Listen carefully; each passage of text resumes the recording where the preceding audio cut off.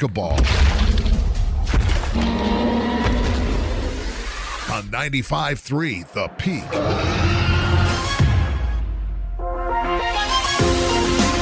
Welcome to the Carbon Dino pregame show on KRPX 95.3 The Peak. Brought to you by Landon's Diesel Service. Leave your truck in the hands of those who know diesel engines. Landon's Diesel Service at 540 South 300 West in Price. And now for tonight's play-by-play, let's join Sonny Buscarini.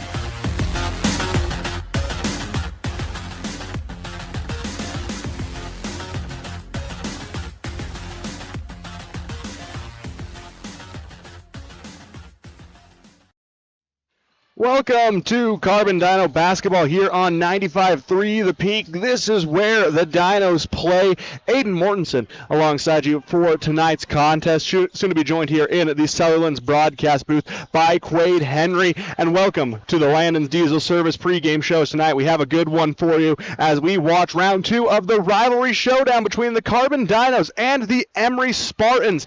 Going to be a very highly contested contest. We saw early on in the week that Carbon can play some pretty good basketball, especially down the stretch, peaking at the right time. They're fresh off a 39-35 victory over the Manti Templars Tuesday night as they return home one last time for the regular season as they square off against Emery. Now, Emery, on the other hand, they're trying to bounce back from a loss on Tuesday. They fell to region-leading North San Pete, 52-49 over on their home court. Now they're trying to get things right heading into postseason play. The last time these two teams met, it was all Emery from start to finish, with the Spartans claiming a 46-25 victory over the Dinos out in Emery in the Spartan Center.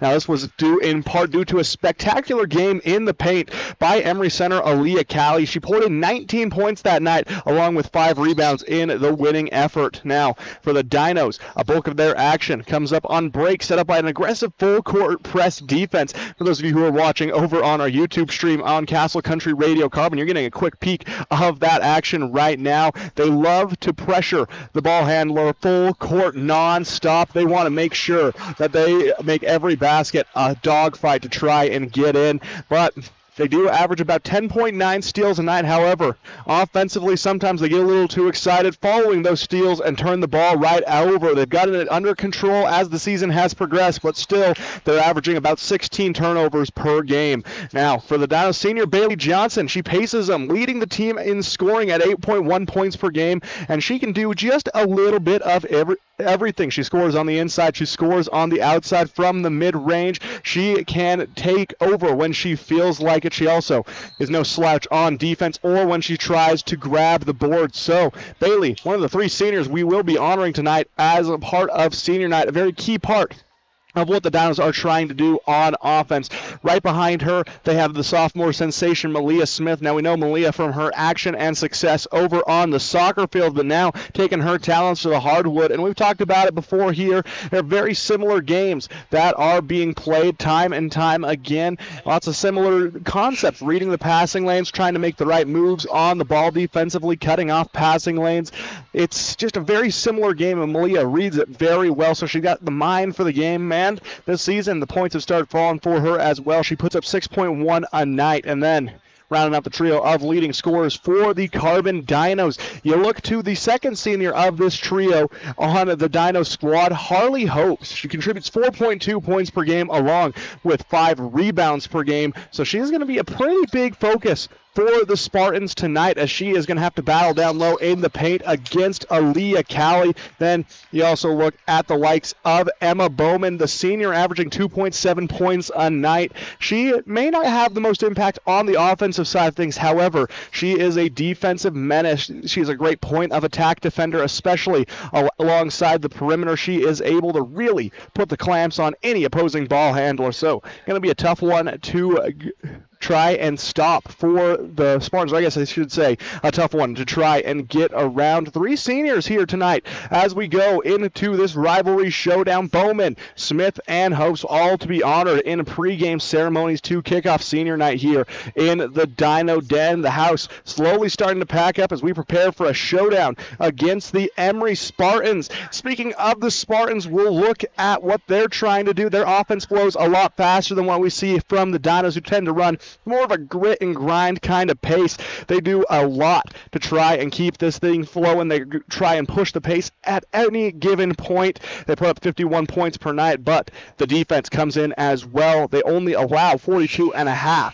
The Spartans are led by Callie, who contributes a team-high 12 points per game. Right behind her, coming off injury early on in the season, Cabry Gordon averages 11.8, and then Megan Stilson right behind her at 9.6. Now, defensively, Stilson makes her mark in a major way alongside Ellie Stilson, with Ellie coming away with 3.3 steals a night, and Megan coming up with 3.1. That's a big bulk of the 12.4 the Spartans average as a team. So going to be a pretty interesting battle. The Dinos like to win these games by going with a grit and grind kind of pace. They're willing to make it come down to the last shot, the last few possessions to come away with wins, as we have seen throughout the season, most recently coming on Tuesday against the Manti Templars. Again, that 39-35 victory. The Dinos held control of it by controlling the pace throughout the contest. They were able to really slow what Manti was trying to do, hold their leading scorers in check throughout the contest, and because of that, they're able to scrap away with that win. Now, Emery, they like to run the ball, but they ran into a roadblock against North San Pete, the number 2 team overall in the state of Utah, only behind the Delta Rabbits. Emery slotted at number 3. The lone losses in region, both coming by the hands of North San Pete. It's a dominant squad filled with lots of talent. It's a matchup nightmare for almost every team in the state of Utah, so there's a reason why they hold that region crown following back-to-back defeats and a season sweep of the Emery Spartans. So Emery looking to get right heading into the state tournament. Carbon looking to bolster their spot in the RPI heading into the first round of the state tournament. So a lot on the line for both of these two teams. When we return here on the Landon's Diesel Service pregame show, we're going to be talking more about storylines, looking through each roster, who is going to be the big impact players. Then later on, we're going to be having an opportunity to hear from Coach Blake in an interview he did with Jordan over at the station earlier today. We got all that and so much more coming up right here on on KRPX 95.3 The Peak. This is where the Dinos play. This is where you need to be. At Landon's Diesel, they understand the heartbeat of your diesel truck. Whether it's the rig that powers your livelihood or the everyday vehicle that drives your life, the trained technicians at Landon's Diesel are here to keep you rolling. Plus, with 24-hour towing service, support's just a call away, anytime, day or night. Drive into Landon's Diesel for expert care tailored to you and your truck, because when your diesel needs expertise, Landon's Diesel is always here.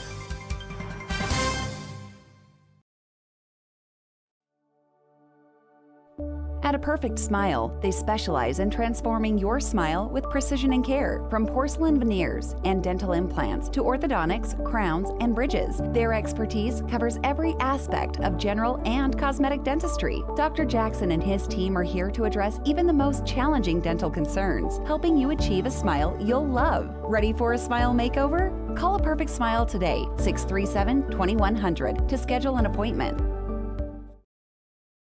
Looking for the perfect mattress? We've got you covered. At Bill's Home Furnishings, we have the largest selection of mattresses in eastern Utah, including the highly rated Serta Perfect Sleeper. And when it comes to price, we're competitive with anywhere in the state. But we're more than just mattresses. From quality furniture and home accessories to reliable appliances, we've got everything you need to make your house a home. Stop by Bill's Home Furnishings today, where selection, savings, and service meet. Right here in eastern Utah. Looking for financial solutions? At Cache Valley Bank, they're here to help.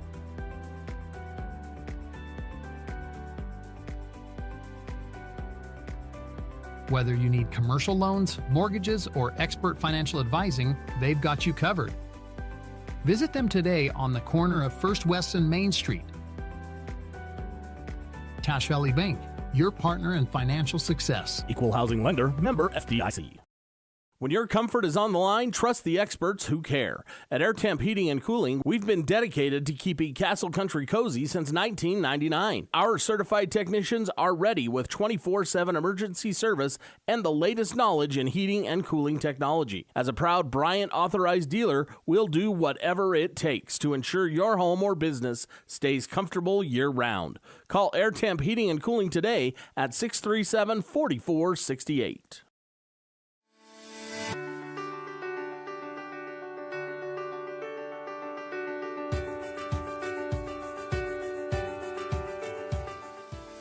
Hi, I'm Dr. Daniel Kelly, owner of Castle Valley Orthodontics.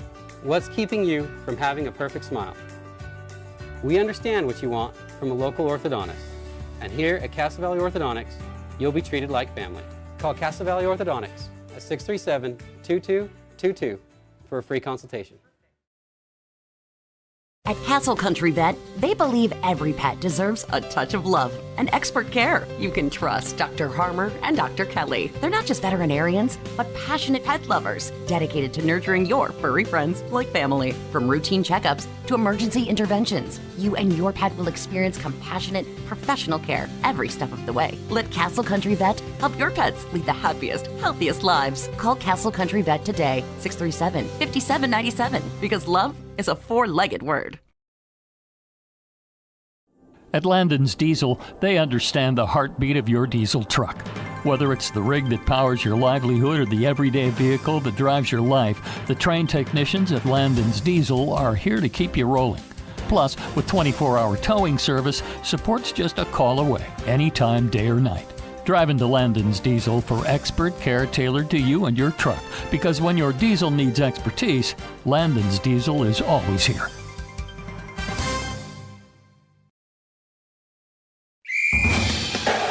The Dinos play here on 95.3 FM, The Peak.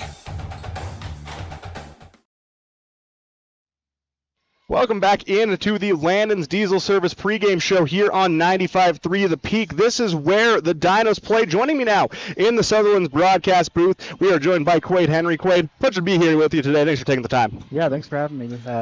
Really excited to be here. You know, nothing more exciting in the world than a rivalry matchup, and tonight we get one of the state's marquee as the Dinos face off against the Spartans of Emery. So this is always a pretty storied rivalry. You know, I'm an Emery High alum. This is something that always brings the emotions out of these students, doesn't it? Oh yeah, for sure. I'm a Carbon alum. Obviously played a lot of baseball against these guys, so it'll be cool to watch this girls game tonight, yeah. Now, so you know how emotional these things can get. You look at that cross-county rivalry, and you want to come away with the win. Speak from a player's perspective. You mentioned that you played baseball against the Spartans a lot. You become quite familiar with those kids as you grow up. What kind of emotions are running through your head leading into a rivalry game? Yeah, I mean, Emery's always the team you want to beat when you play, and when you're not playing them, you don't want them to win. But, I mean, they're all, like you said, they're all kids you grow up with, no hard feelings. It's just when it's on the court, or on the field, it's something different. Yeah, so. That's what makes this rivalry so unique in my mind, is that other rivalries, these kids don't really know each other. Right. But here, they've grown up together. They've played on teams together before, whether in travel ball. They continue to go around, and they continue, as they get into high school, they start branching out and playing against each other. So it's that personal connection, I feel, that really makes these special. And as you look in the student sections, people are starting to pile in already. I'm sure trying to find a parking spot here. There's hardly one available. Oh, yeah, I had to park all the way in the bottom of the parking lot, and I got here 30 minutes before varsity tips. So, yeah, it's going to be heated. It's going to be a great game, though, and like you said, student sections are filling in already, so. Now, as we look between these two teams, we know that the Lady Dinos love to play a much slower pace game of basketball as contrasted with how Emery likes to keep the pace moving. They like to push it. What do you think the Dinos are going to have to do to try and come away with a victory tonight, especially as they try and shut down this high-powered Emery team? Yeah, you got to play defense. That's the first thing. Can't let this offense get going.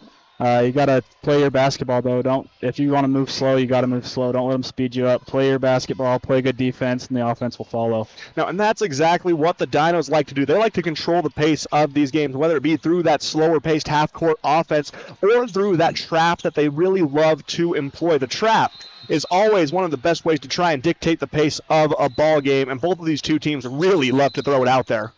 Oh, yeah, for sure. You got to get the ball when you want it.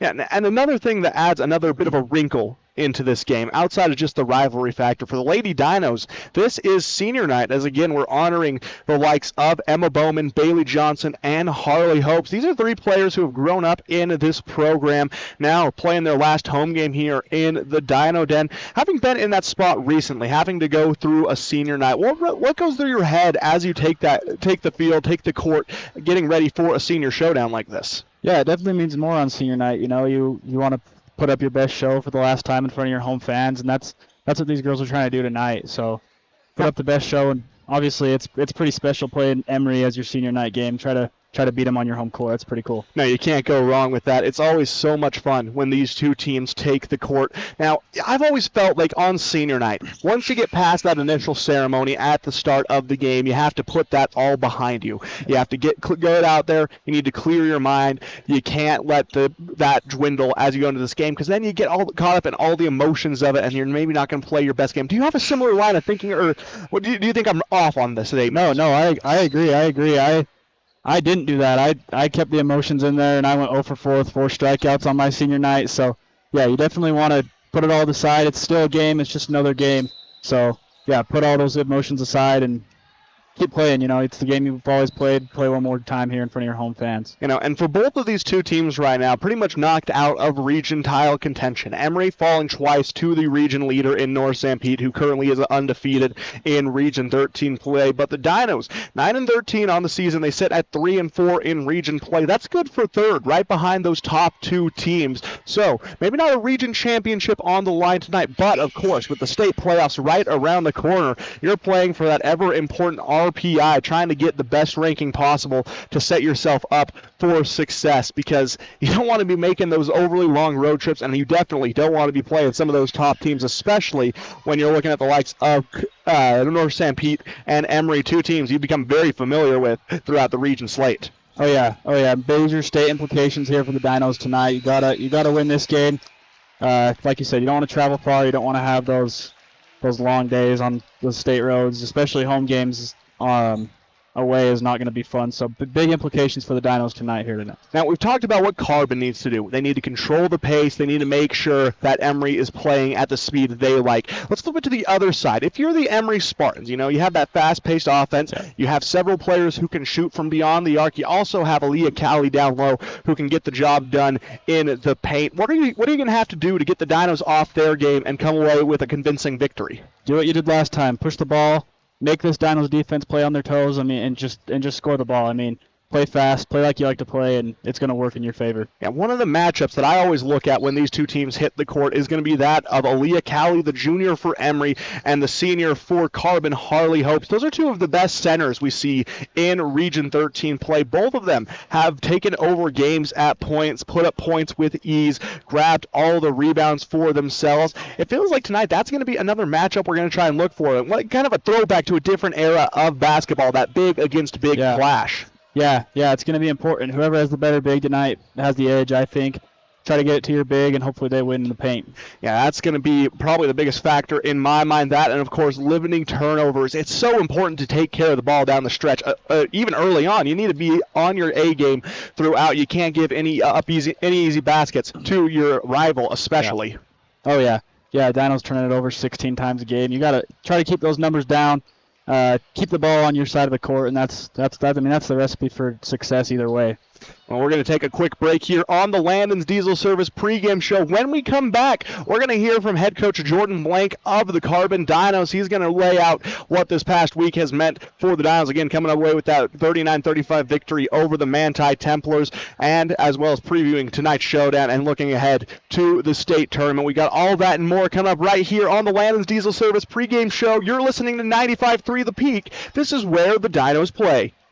At Landon's Diesel, they understand the heartbeat of your diesel truck. Whether it's the rig that powers your livelihood or the everyday vehicle that drives your life, the trained technicians at Landon's Diesel are here to keep you rolling. Plus, with 24-hour towing service, support's just a call away, anytime, day or night.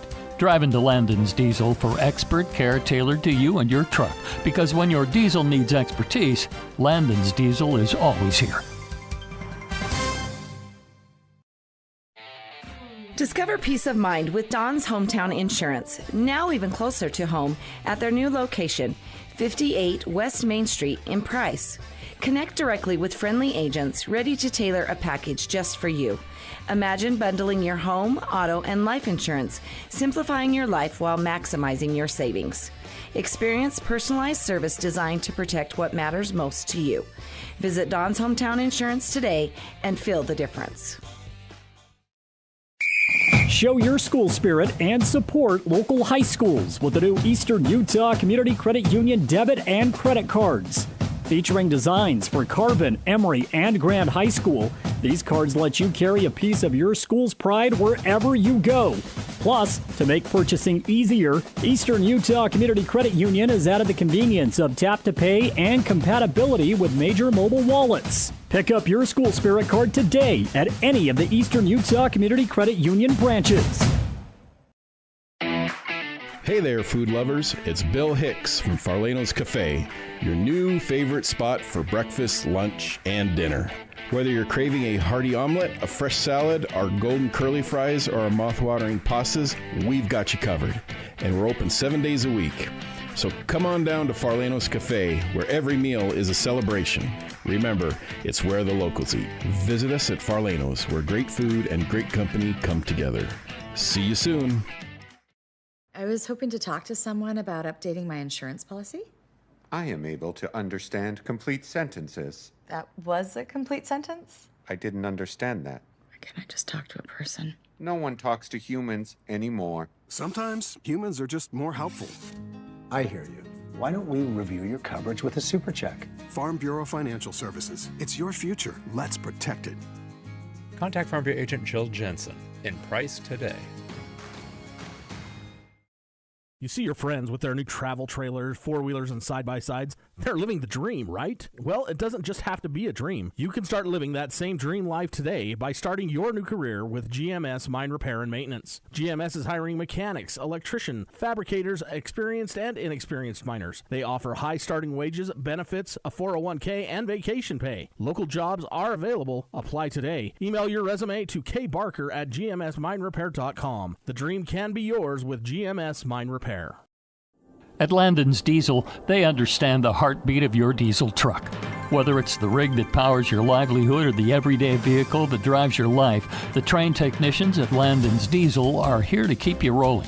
Plus, with 24-hour towing service, support's just a call away, anytime, day or night. Drive into Landon's Diesel for expert care tailored to you and your truck, because when your diesel needs expertise, Landon's Diesel is always here.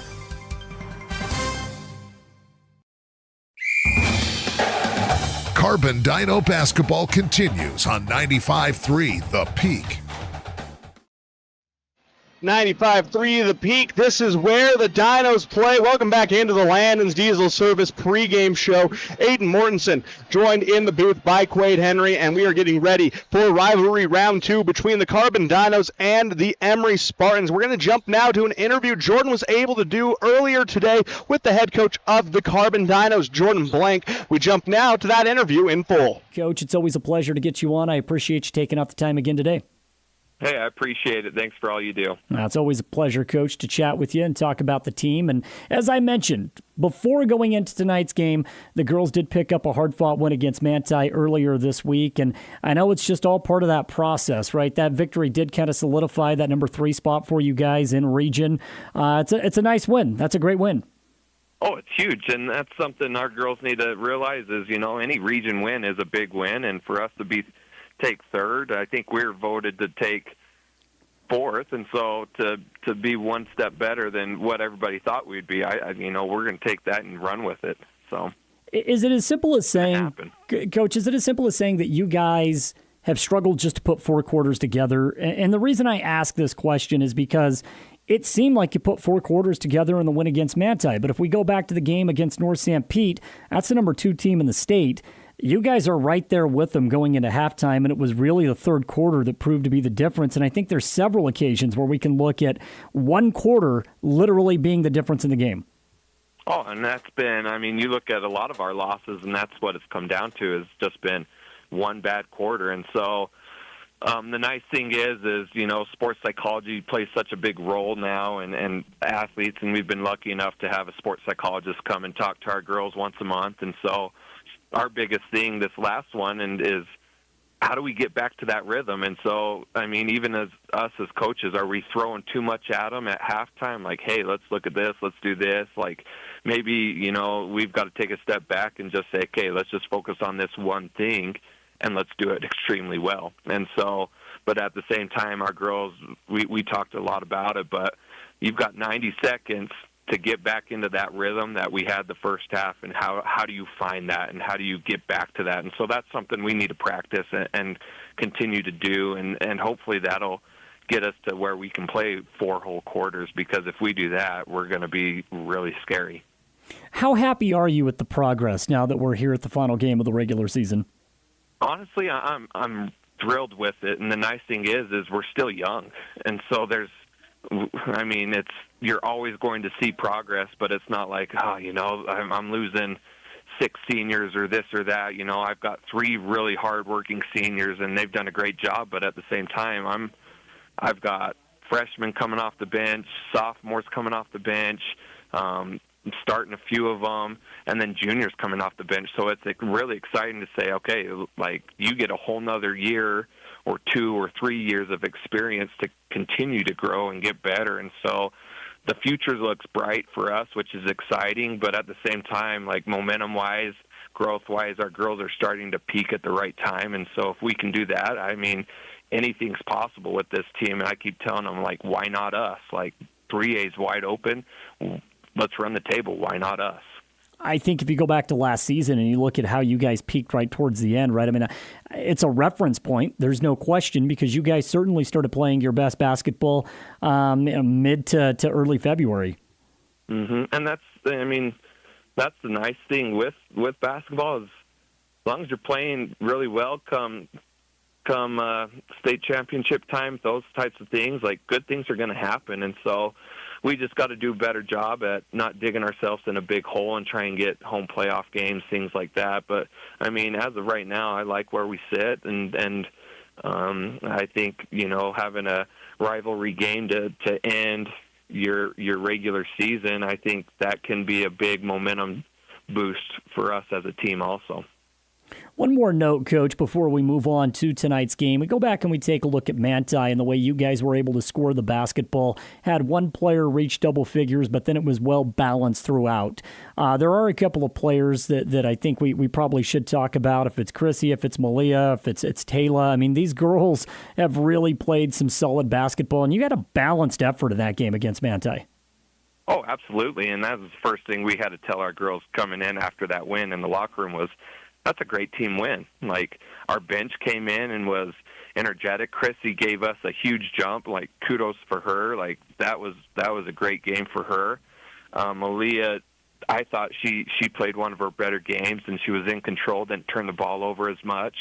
And then Taylor comes in and gets 10 rebounds for us. Like, that's awesome. That's what we need, and hopefully we can continue to build off of that and do those things. But what I liked with that win is it was a balanced attack. I think we had nine players score that game, and so everybody's doing their job. We told a couple girls their job was solely defense, and that's what they did, and they did that extremely well. And so girls are starting to understand their roles every single game and do a better job with that. But also credit to our seniors in that starting group, because at one point we took all 5 out and put in a whole new 5, and our seniors and our starting 5 could have just sulked and started pouting, but they were the first ones congratulating them, running out on the court during timeouts. And so we're starting to just gel a little bit better, and that's what we need out of our group. Again, Coach Jordan Blank, our guest right now with the Carbon Lady Dinos. Coach, let's jump ahead and talk about tonight's game. Second meeting against Emery, you mentioned it. Whenever you get a rivalry game to close out the season, it can really work in your favor as far as momentum is concerned. And then, of course, you love the venue, right? You get this at home. It's really an opportunity for these girls to have a true home crowd behind their back. I mean, everybody is going to be there. 2 communities represent. It's standing room only. The crowd is right over the top of the court. It truly is an environment unlike anything else. I mean, it is the coolest environment ever. I think it's one of the best environments in high school sports in Utah is to go watch a Carbon Emery basketball game. And so we're lucky to have it. We're lucky we have the support that we do, and just grateful. And our girls are, we always tell them, you got to one game at a time, but you always look at the schedule and say, all right, where are we playing Emery and win?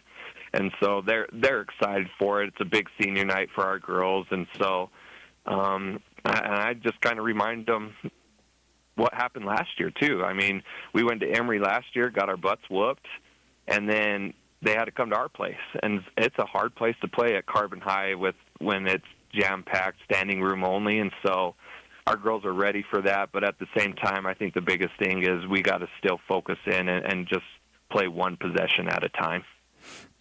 Again, we can go back and make reference to the first meeting. It was that first quarter. If you get rid of the first quarter, it was a fairly even game throughout after that, right? And so I'm sure a lot of the emphasis is starting fast in this game here tonight against Emery. Oh, absolutely. And, at least just, if we're out ahead, great. If we're, a point behind, so be it. But we've got to match the energy or be better. And that's what I'm telling the girls. Last time, we didn't match their energy to start, and they came in and punched us right from the start. And so I'm hoping our girls will come in just excited, ready to roll. But that's kind of comes back to, I think, our focus wasn't one possession at a time. It was what's going on, how many people are there, how are we going to do all of these things rather than just play with the flow and just focus that one possession, and whether it's good or bad, it's done. How do we get to the next one? Also in that game, Coach, Leah Cowley did go off for 19 points, and I know that she can be a difficult guard for most teams within this region. How do you counter that in this second meeting?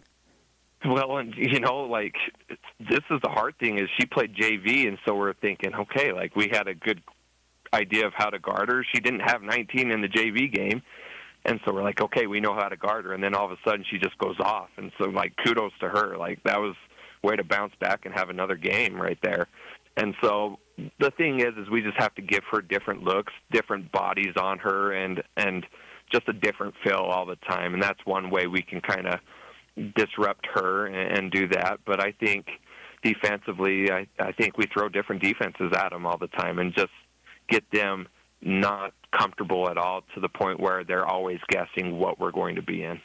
The last go-around for Emery in the loss against North Sanpete earlier this week, Cabry Gordon made her return. I know she didn't play in the first game. She's a fun player to watch, Coach. This is a girl that can rebound the basketball from the guard position at a pretty high level. As you go and you watch tape, how much different do they look when Cabry is playing compared to when she's not? They're good. They're good. She's a key factor for them, and I mean just the presence alone. She's a senior leader that can come in and control the game, even if she's not even shooting well. She does so many other things, and so it's the hard thing is there's not a lot of film with her, now at region time, and so it's what kind of impact is she going to have and play. But we just need to know, she is a shooter. She does rebound, and we need to put a body on her at all times. And just kind of one thing we can do is, hey, you know what? She hasn't played a ton, so let's get her moving. Let's run her up and down the floor. Let's run her. Even if you don't have the ball, let's get her moving as much as possible and just see that way and kind of attack her in a different way like that. Well, Coach, I know that you bleed carbon blue. You've always been this way back to when we covered you when you were a player. It's amazing to have someone like that now in one of these coaching roles, and I have to assume that when it's Carbon Emery and it's at Carbon, your pregame speech probably makes you want to run through a brick wall. How do you get that point across to the girls that, look, this is a great night, have fun, enjoy the moment, and go leave it out on the floor? What do you tell them? Well, we tell them all week, this is something you look forward to. This is a great atmosphere. Soak it in. Enjoy the moment while you're there. But at the same time, we tell them, I don't use hate because hate is very strong, but dislike is probably a word for it. But I've grown up to dislike Emery a lot. I love the people there. I love the camaraderie they have, but when it comes to Carbon Emery, I very much dislike Emery. And so just showing them, hey, there is some emotion to it, and it's okay to have those emotions. But at the same time, after the game, it's totally okay to go and talk to them and support them. I've got family that lives in Emery County. I love them dearly. I'll go support them. I'll never wear an Emery hoodie, but I'll go support them as much as possible. And so it's fun to have that environment to to where, there's a mutual respect for both teams, but at the same time, you really want to beat them. And so it just makes that environment so much better. And I hope the girls just cherish these moments that they have, because it's something that they will never get back again. Coach, always a pleasure to get you on. I appreciate the time. We'll see you at the game tonight. Thank you. Hey, thank you. At Landon's Diesel, they understand the heartbeat of your diesel truck. Whether it's the rig that powers your livelihood or the everyday vehicle that drives your life, the trained technicians at Landon's Diesel are here to keep you rolling. Plus, with 24-hour towing service, support's just a call away, anytime, day or night. Drive into Landon's Diesel for expert care tailored to you and your truck, because when your diesel needs expertise, Landon's Diesel is always here. The more things change, the more they stay the same. Yes, Mr. Automotive has a new building in Huntington. But that just means the services they offer just got better. Detailing and mechanic work are being added to the already great service Mr. Automotive had already offered. And all deals are still done with the owner at the lowest prices possible. New building, same best prices, and more auto services. Go to MrAutomotiveSales.com or stop by the dealership, 21 South Main, Huntington. Mr. Automotive, the best for less. Carbon Dino basketball continues on 95.3 The Peak. Welcome back into the Landon's Diesel Service pregame show here on 95.3 The Peak. This is not where the Dinos play. Aiden Mortensen alongside Quade Henry today as the Lady Dinos prepare to face off against those dreaded rivals, the Spartans of Emery High School. Quade, we've seen a lot of celebrations now with senior night, both for band members, players on the team, but now it's time to get ready for the game. Yep, it's time to go. These girls are ready to go. They, like you said earlier, got to leave those emotions on the side, and now it's time to prepare for this game and beat your rivals. It's going to be it's always a tough place to play here in the Dino Den. I'd argue it's a little harder to play in than the Spartan Center. Spartan Center, you have a little more room away from those fans, but here they're breathing right on your neck, especially as you go to inbound the ball along the sideline. That adds that much more of a challenge to try and get that ball in. Oh, yeah, and I remember being in the student section anytime one of the opposing team would inbound from over there in front of that student section, we would get right on top of them and yell at them. And, yeah, it gets loud here, and it's already starting to get a little bit loud. The band's starting to play a little bit. It's getting rowdy. Yeah, it's that intimidation factor that really creates a home court advantage in the high school level. Not only the travel, because there's no luxury airfare, there's no expensive buses. You get that big yellow bus to and from these games if you're on the road, and then you have to deal with a very aggressive student section. They're hyped up after a day of school, and they just want to see their team win. It is so much fun to watch. And we'll jump now into the starting five. Quade, chime in as you see fit as we start with the visiting Emery Lady Spartans, wearing number 2, the senior guard, averaging 6.1 points per game, Carly Hurst. Yeah, like you said earlier, we got to have the bigs are going to be dominant in this game. Whoever has the better big is going to win this game, so very big for Carly Hurst. Rocking number 4, her twin sister, also a senior, averaging 8 points a night, playing a lot of great point of attack defense and helping conduct this offense from the wing, Addie Hurst. Yeah, averaging 8 points a game and only being the fourth highest scorer on the team. That's not always fun, but great offense here for the Spartans, and Addie Hurst ready to go. Then we have the defensive menace, the guard, wearing number 12, the senior, Megan Stilson, 9.6 points a night, but also 3.1 steals per game, so she is doing an incredible job on both ends. Yeah, you got to protect the ball when she's in front of you, guard when you're on offense. Stilson's always a big name in Emery, and they're always great athletes. The junior, rocking number 14, the rebounding machine, averaging 3 points a night, Skyly Guyman. Got to keep the ball out of her hands. Don't let her get the rebounds. Don't let her get the ball to her offense. Take that out of her. And she's one of those players who she jumps out of the gym. She is scary when she goes up to grab any kind of board. It's like watching a young Dennis Rodman on the floor. She is so much fun. And then, of course, rocking number 34, the junior center, averaging 12 points per night, leading this team in the paint, Aaliyah Cali. Yep. Yeah, I mean, this is big. 12 points a game. Got to keep her quiet if you're the Dinos, and if you're Cali, you want to get going early and score often. And she did just that the last time these two teams met. She scored the first 8 points for the Spartans, went on an 8-0 run. She was just an unstoppable force that game as she came away in the end just with 19 points and 5 rebounds. She is just a force to be reckoned with. And now we move to the home team, our favorite team, the Carbon High Lady Dinos. It's going to be a very senior-heavy lineup tonight. As first we look at the senior standing at 5'4", the guard, Emma Bowman.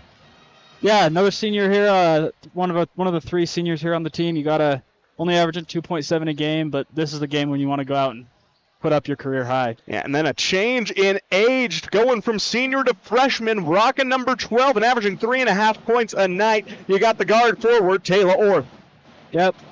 And step up in your freshman year. Gotta go in this game. And she's someone that 3 points per game is deceiving. We've seen her go off for as many as 18, so she's a real threat. They need to keep a close eye on her. Then you have the sophomore sensation. We know her from the soccer field, rocking number 13, Malia Smith. Yep, Malia Smith.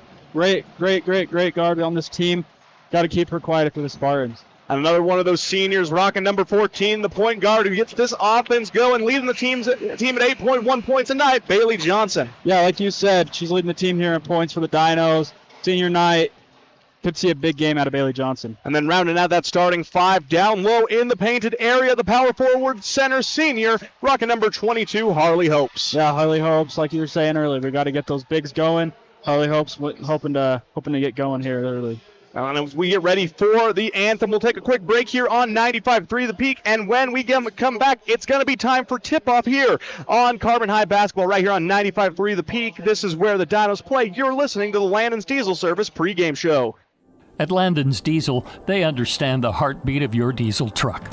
Whether it's the rig that powers your livelihood or the everyday vehicle that drives your life, the trained technicians at Landon's Diesel are here to keep you rolling.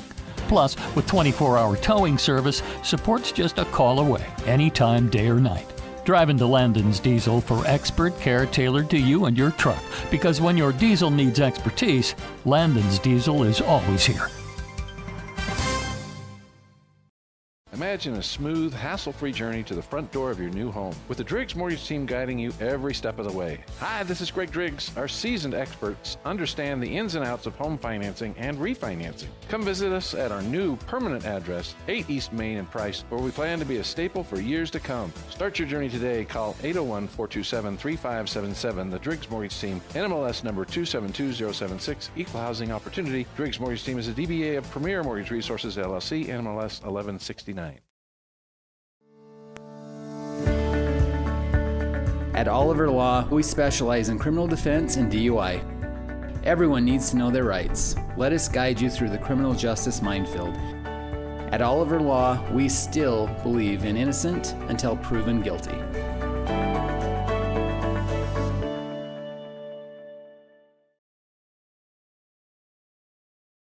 At Landon's Diesel, they understand the heartbeat of your diesel truck. Whether it's the rig that powers your livelihood or the everyday vehicle that drives your life, the trained technicians at Landon's Diesel are here to keep you rolling. Plus, with 24-hour towing service, support's just a call away, anytime, day or night. Drive into Landon's Diesel for expert care tailored to you and your truck, because when your diesel needs expertise, Landon's Diesel is always here.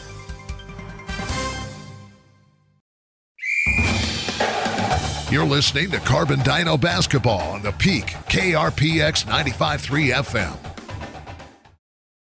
Welcome back in to the Landon's Diesel Service pregame show here on 95.3 The Peak. This is where the Dinos play, moments away from tip-off as we run through those starting lineups one more time. For Emery, it's going to be Carly Hurst, Addie Hurst, Megan Stilson, Skylie Guyman, as well as Aaliyah Callie. Then for your Carbon Dinos, it is going to be Emma Bowman, Taylor Orth, Malia Smith, Bailey Johnson, and Harley Hopes. Moments away from tip-off. The lights are off here in the Dino Den. The fans on their feet. Quaid, what do the Dinos have to do to come away with the win tonight? Yeah, they got to play their basketball, play good defense, and slow your offense down. As you can see, it's very, very hype here. Just moments ago when the Spartans were called out, that Carbon student section turned their backs, and the Emery student section is doing the same for the Dinos. So, yeah, got to play your basketball for the Dinos. Now, it's always fun seeing these collegiate traditions brought down to the high school level. Always been a fan of that. I especially like when the PA announcer gets in on the fun, as they have tonight. The Emery High School Spartans, coached by head coach John Famalo.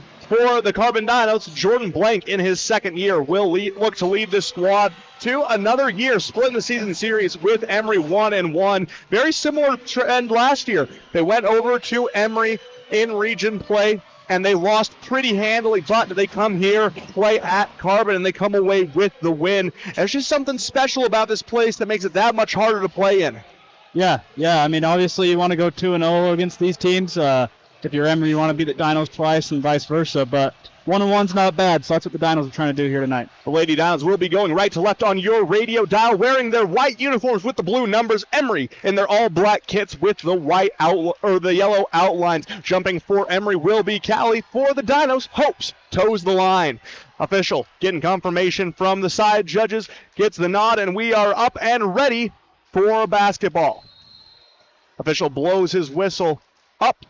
And tipped one by Emery, quickly grabbed by her. She goes up and in, but a good block coming quickly from Smith as Orth comes up with the rebound. They swing it quickly into the corner. Now resetting the offense back into the hands. It goes of Smith, but tries to pass it through. Stolen away by Callie. Turnover number 1 for the Dinos. Emery races the other way. Stilson with the ball.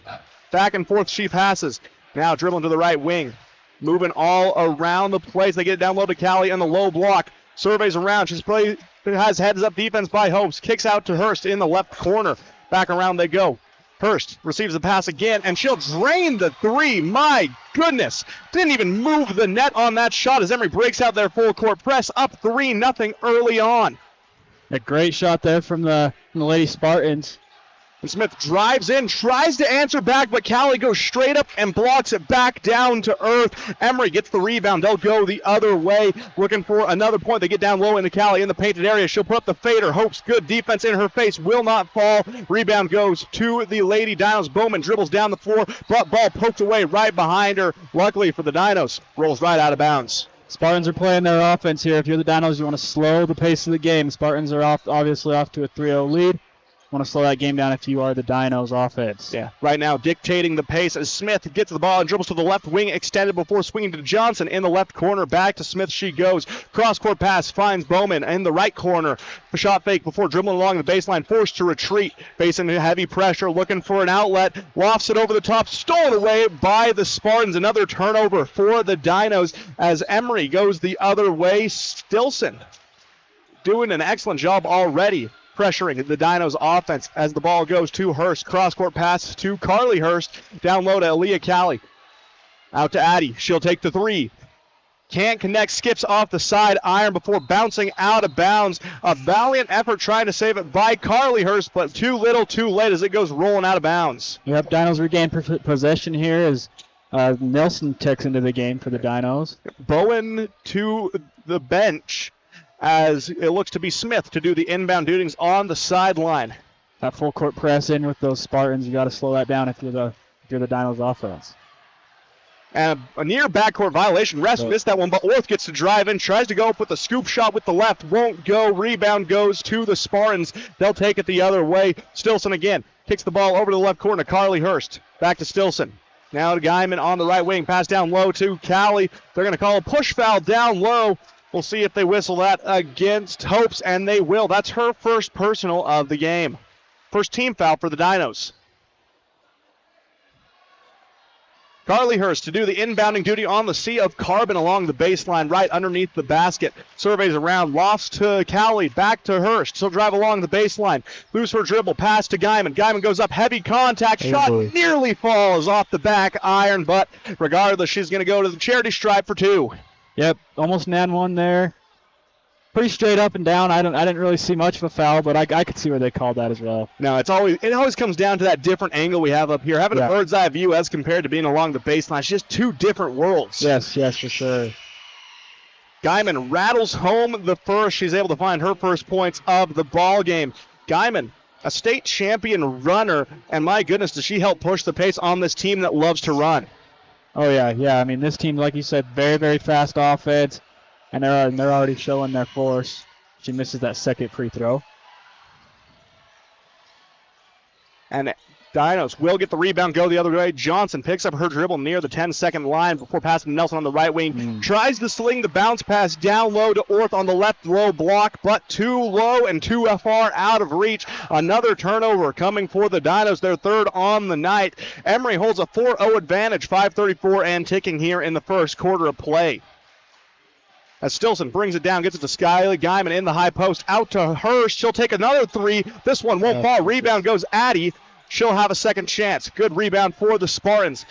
Pass down low to Callie. She has the difference. She splits two defenders. Can't get the shot to go in, but she will go to the line. That was a great read by Callie, feeling the pressure and spinning right in between two defenders. Yep, that's her job right there. Go up, get a foul, get some points. Easy points for the Spartans. Got to make your free throws. They're making a lot harder early on for Callie than we saw the first time. Yeah. She's facing a lot more contact, and it's paying off. She's looking a little rattled as she misses the first, lets out a loud clap.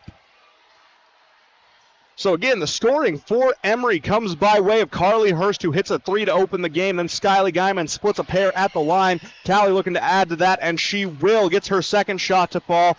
Spartans 2 of 4 on the day from the stripe, take a 5-0 lead, 5:10 and ticking. Full court pressure from Emery as Smith breaks it. Loses her dribble, though. She's facing trap pressure. They get it to Orth on the left wing. Cross-court pass goes to Nelson, resetting the offense. She'll take a dribble before getting to Johnson in between the pipes. Now back to Smith. Shot fake drive down the left side, and she'll be whistled for a push. And looks like they're going to call it against the Spartans, their first team foul of the game.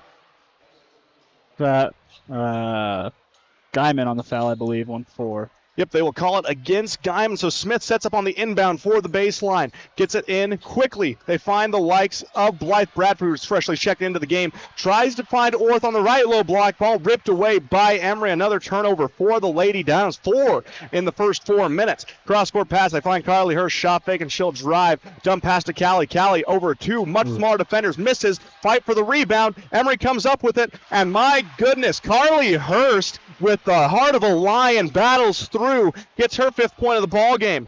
Yeah, that foul's called. Yeah, Hurst has been the offense so far for the Spartans. She scored 5 of their 7, and the other 2 points coming on 1 free throw each. And that time, Hurst just gets a little too physical in the full court press. Catches, can't stop her momentum, results in a foul. Only team foul number 2 for Emery first against Carly Hurst. As Smith able to cross the 10-second stripe and dribble to the left wing. Hesitation before spinning into traffic. Kicks out to Orth in the left corner. Cross court to Nelson on the right wing to Johnson in the right corner. Around the horn they go. Nelson surveys the floor to Smith in between the pipes. Dribbles, facing a 2-3 zone. Trying to navigate. They've got one Roman high, one Roman low as Smith dribbles to the left wing. Takes a screen from Orth, cross court. Johnson from the right wing. Her three will connect. Great shot there from Johnson as she connects from a deep reach. Almost a college line three there from Johnson. Johnson reins it in, makes it a 7-3 ball game. First points coming in for the Dons in a much needed time, but the ball down low to Callie. Tries to go off the block, can't get it to fall, and a wrestling match going to result in a jump ball. That's what we know Blythe Bradford is best at, getting in the way and tying up those jump balls. Yeah, like you said, Callie's rattled already. They're playing much better defense for the Dinos on Callie this game. Got to keep her quiet, though. They do. Emery, though, in their full court press yet again, 2-2-1. It goes, trying to bait the trap along the sidelines. They swing it around the horn, get it to Johnson. Dump pass now to Orth to break the timeline, and they get it back to Johnson. She'll go for another three. Ooh, just too far off the back iron. Too much muscle on that one. Bounces out of bounds. Emery will take possession. Up 7-3 with 3:30 left to go here in quarter number 1 of play. Down the court, Stilson will dribble the ball. Dump pass to Guyman. Has the ball poked away. Great defense coming for the Dinos. Racing down the floor. It was Elsie Morley, but a violation whistled. Looks like a foul going against the Spartans, against Megan Stilson. Third team foul for the visiting team. And they're going to throw a substitution in. To the bench will head Guyman into the game. We will see the likes of Ellie Stoker. Nelson to inbound on the Sea of Carbon near the baseline. Surveys around, has to get it in. Gets to Johnson on the left wing, right to the left corner. Back and forth they pass. Johnson will end up taking another three. Too strong on that one as well. Off the back iron, but corrals her own rebound. Bounce pass to Orth. Her floater from 7 out will not go. And another foul whistle. That's what you get when you chase those boards. Blythe Bradford able to bait the foul out of Stoker. 4 team fouls now for the Spartans, 1 away from bonus. Yeah, already in the first quarter. 3 minutes remain. We're already almost one foul away from the bonus. So Dinos turning the ball over, but they're also making these Spartans foul early. Normally you don't want to see that until at least the last 60 seconds. That's when you feel a little better. But Nelson's inbound pass tipped away by Callie. They'll reset and do it all again. Nelson on the Sea of Carbon. She will line up on the baseline. Receives the go-ahead from the official. Loft pass. Bradford. She'll take a 3. Off the front of the rim. Too short. But rebound. Nelson up and in with the reverse. Cannot get it to fall. Rebound Emery. They'll go the other way. Slowing the pace down. Head coach John Famalo conducting traffic from the sideline. As they survey the floor, they move the ball around the horn into the hands of Megan Stilson. Bounce pass through the legs to Callie. She's forced to pass back outside. Back to Stilson. Into the left corner. She swings. Cross court again, trying to find something, anything, but nothing is open. Stilson to Callie. 8 on the shot clock. Ball poked away.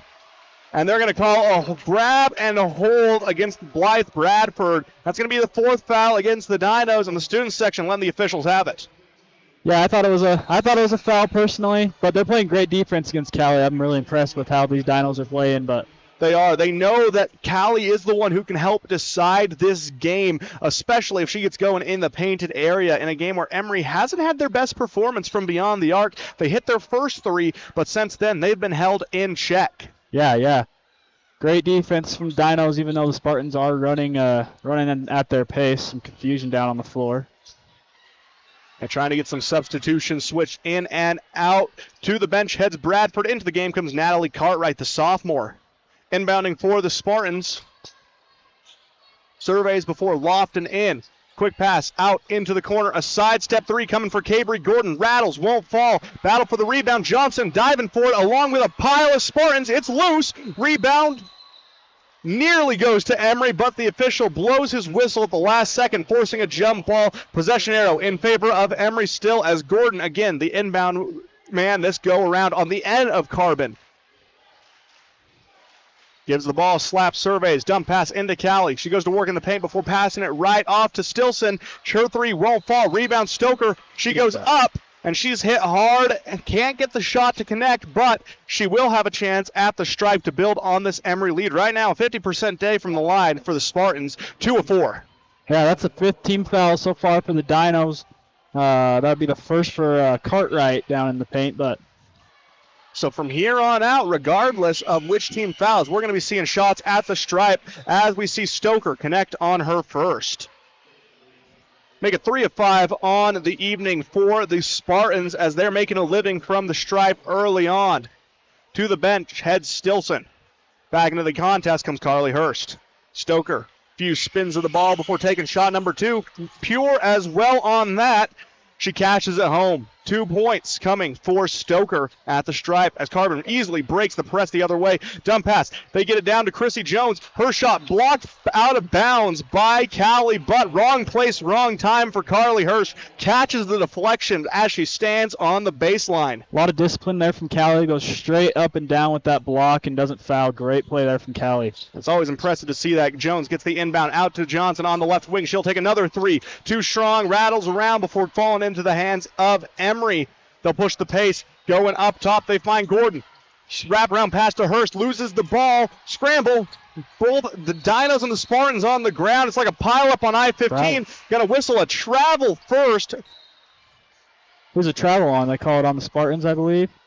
We'll see. And yes, it looks like it will go against the Spartans. So Nelson, a good disruptor, forces the turnover from the Spartans. Only their second of the game, though. Carbon, meanwhile, sits at 4.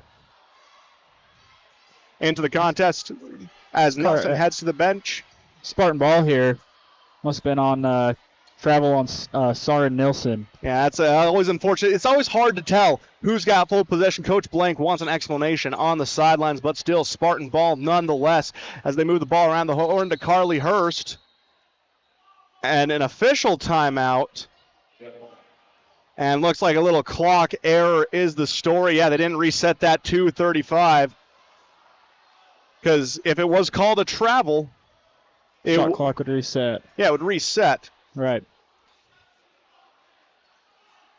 And he called it jump ball, so it wasn't a travel against the Spartans. A possession arrow should have been in favor of Carbon then, because the last jump ball was to Emery. So I agree. That should have been a Carbon ball. So officials gather to talk this one over. The travel, you can justify why Emery has the ball. The jump ball should be in favor of the Dinos. Coach Blank still wanting it.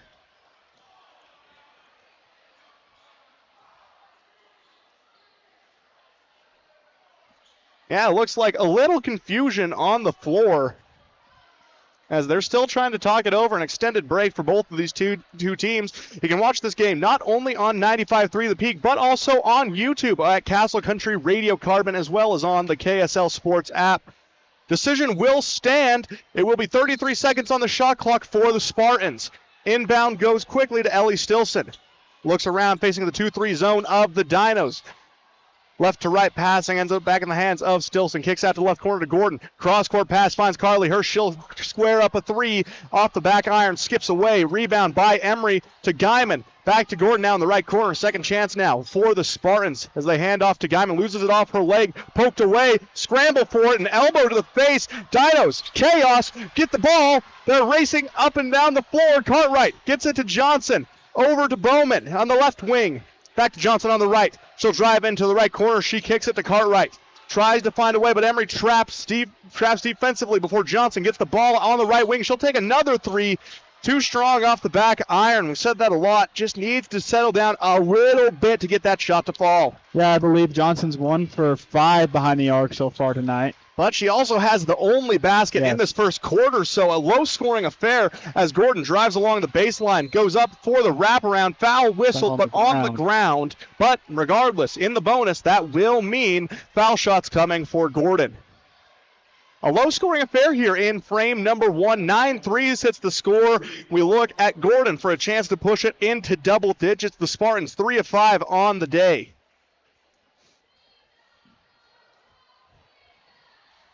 As you'd want to say the student section a little rowdier at this juncture, but a loud scream doesn't do the deed as Gordon able to knock it down. Cabry gets her first points of the ball game. Emery on the day moves to 4 of 6, definitely improving after a slow start from the line. Oh yeah, they started off slow, but the last 2 trips to the line they've been perfect because this one's up and in. And a great 2-2 trip coming for Cabry. Gordon able to help get things going a little bit more. 11-3 advantage with 38 seconds left in the first quarter. Carbon breaks the full court press. They bounce pass out to Johnson on the left corner, forced to suck inside just a little bit, and they get it into the hands of Cartwright. She'll drive in, finds a lane, shot from 15, will not fall. Emery, shot clock turned off, and a chance with the last possession. Ball poked out from behind, going to stay in favor of Emery, but good heads-up defense by Carbon to stop the break. Yeah, try to slow down this Emery offense. You can't let them get going. So even if you gotta hit it out of bounds and lose possession, you want if it slows their offense down, it's a win. And the ball goes to Stilson. That's Ellie. She kicks out to Gordon on the right wing into the right corner. Now they go to Carly Hurst. Back to Gordon. 10 seconds and ticking. Moving the ball around the perimeter, searching for anything. Pass poked away out of the lane by Johnson. A good read. But Emery ball still with 5 seconds left. Just like we just said, slow that offense down. Great play from Johnson, hits it out of bounds, and Emery will retain the ball, but great play there from Johnson. There's a great read in the passing lane. They get it in quickly to Guyman. Her shot too strong. Rebound Stoker, but she's fouled right before time ticks down. So she gets 2 more shots at the stripe. They're going to put about 0.5 seconds left on the clock. So by definition of the rule, Carbon can't do much following that. You need a full 0.7 to catch and shoot. Yeah, I think that was on Johnson, that foul at the end of the quarter, but... Now, when you talk about unfortunate times for a foul, that's when the game's in a close situation or at the end of a quarter on a desperation heave. But an air ball for Stoker wasn't the prettiest of form, a little rattled right now, and the student section letting her have it. Yeah, student section's starting to get into it. If you're Carbon, that's what you want to see. They're the only people in the stand. And she misses her second, so So Carbon dodges a bullet to end frame number 1, but regardless, the defense looks good. The offense needs to get going at the end of 1. Emery holds the 11-3 advantage. We'll take a quick break here on 95.3 The Peak and be back with more Carbon High basketball. In the heart of Carbon and Emery counties, Quick Realty is here to help you make the right move. Experience the future of home buying with our Matterport 3D tours, giving you an immersive look at your potential home from anywhere. Meet our dedicated team of local professionals, just real people who care, walking you through every step of the way. As a Zillow Premier and Realtor.com specialist, Quick Realty is your trusted expert, handling everything from residential, commercial, and mountain properties to property management. Your dream home is just a call away. Let Quick Realty help you find it. The Dinos play here on 95.3 FM, The Peak. Welcome back into 95.3 The Peak, where the Dinos play in today's rivalry matchup against the Emery Spartans. The Dinos find themselves down after 1, 11-3. Johnson has the lone basket for the Dinos as they're looking for an answer offensively. The defense, on the other hand, has looked pretty solid early on. Yeah, I mean, you can never be upset with only allowing 11 points in a quarter, but when you only score 3, there's a problem. So defense looks good, offense got to pick it up. Yeah, just a little bit of room to try and climb as Johnson receives the inbound before kicking in the corner around the horn. They will swing, ends up in the hands of Morley. Back to Johnson in between the pipes to Morley. She swings on the left wing. Back and forth they pass into the hands of Johnson. She drives down the lane, tries to dump off to Morley. Stolen away by the Spartans, and they're going to race the other way. Poked away last second, so good get-back defense by the Dinos. So lets them set up on a break. The other way, Morley bounce pass, tries to find Chrissy Jones. Lots of contact, no whistle, out of bounds it rolls. Going to stay with the Dinos. Yep, Dino ball here. A lot of fast offense coming here out of the half. So, and the hard part about playing fast is you also need to play in control, something which in those last 2 possessions we didn't see much of. As Johnson searches for the inbound, gets it in. She finds Bowman. And she gets trapped in the corner and is forced to make a good offensive heads-up play. Throws it off the leg of Guyman out of bounds. So now Dinos have to set up out of bounds again, but it gets them out of that corner trap. So Johnson slaps the ball, and she gets it in quickly to Morley. She'll drive down the right lane, has the ball poked away. Wrestling match for it. Out of bounds, it rolls, stays with the Dinos, so they've had their opportunities. And luckily, the ball keeps bouncing off the Spartans at the last second, or else this would have long ago been Emery ball. Yeah, you got to capitalize on these mistakes that Emery's making on defense. But Johnson with the inbound, quickly into Cartwright she goes. Now to the likes of Kayla Jones. Cross-court pass to Smith, and she's whistled for the travel. It's one of those moments where your mind gets one step ahead of your body. Yeah, you can't try to force a play there. Tried to get going and traveled, unfortunately. That's turnover number 6 on the Dinos. So early on, it's been a bit of a trouble for them as they get the ball over to Addie Hurst on the right wing, back to Megan Stilson. Around the horn they go. Guyman down to Callie, going to work. Dribbled too high, able to get it back, and she is whistled for 3 seconds in the key. That's something you always got to test. Some refs are a little more lenient on it, others not so much. So the fact that we're seeing that call, that's a big benefit to the Dinos. Oh, yeah. I mean, Callie's a big presence down there in the paint, so if you can get her on some stuff like that, get her moving around the paint, that's always a positive. Johnson cross-court pass to Chrissy Jones, has to break the timeline. They will. They get it to Smith, but a wise timeout coming from Coach Blank because they were 2 seconds away from being whistled for the 10-second violation. So a good call coming from Coach Blank. Yeah, great call there from Coach Blank. And it looks like they are doing a quick 30-second timeout, so we're going to keep it right here. But this has been a frantic start to the second quarter, and because of that, offense has been at a premium. Both teams have had looks, but just unable to capitalize. Got to capitalize on when either of these defenses give you opportunities. Both defenses have the opportunity to be really well, but when they give you opportunities to score, you've got to take them. You know, you speak of that, and you look at free throws for the Spartans right now. They're shooting 5 of 9 from the line. Not the worst, but in a game like this that is where it's showing that offense is going to be coming at a premium, you want to see them make a few more of those shots. Yeah, they've gotten a lot better since the beginning of this game. Really, really slow. Started off, I believe, 500, 2 for 4. So, like I said, they picked it up a little bit as Johnson up top of the key with it. And they move a ball around the horn over to Johnson on the left wing. Back to Smith, and she's whistled for a second consecutive travel. She's making the right moves. However, she's just getting a little bit ahead of herself. Yeah, big games. Like you said, body's getting ahead of what you're thinking. So another travel there from Smith. Score still sits 11-3 with 6:40 left to go. Stilson with the ball in her hands over to Hurst, to Carly Hurst in the corner now. Addie to Carly, down low to Cowley. They kick outside to Stilson. Her straightaway three will connect. Megan Stilson knocking it down from range. As the Dinos race the other way, they're targeting Smith now. Double team trap and ball able to be recovered by Kayla Jones. They get it to Johnson to start up the possession. Now to Smith on the left wing. Dribbles around. Gets near midcourt before swinging cross court back to Johnson. Hop, step, and a skip. Tries to send the bounce pass down low to Chrissy Jones, but off her leg it bounces. Last touch will go against Emery, though, so the Dinos will retain possession as we see Ort and Hopes both check back in. One more player's got to leave the floor for the Dinos, and it will be Johnson. Yeah, leading scorer comes off the floor, so if you're Emery, you're licking your chops, but if you're Dinos, you got to find someone to start creating some scores. She's the only person with a score here for the Dinos. Bounce pass goes in quickly to Hopes. Finds Smith. She loses the ball but recovers near midcourt. 6 on the shot clock. 5-4 drive in. Smith loses ball.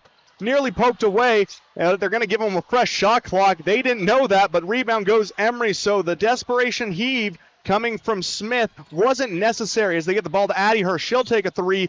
Skips off the front of the rim. Rebound Callie. Looks around, trying to find a passing lane. She'll get it out to Carly Hurst. Her three, pure from range. Carly Hurst brings her total to 8 on the game.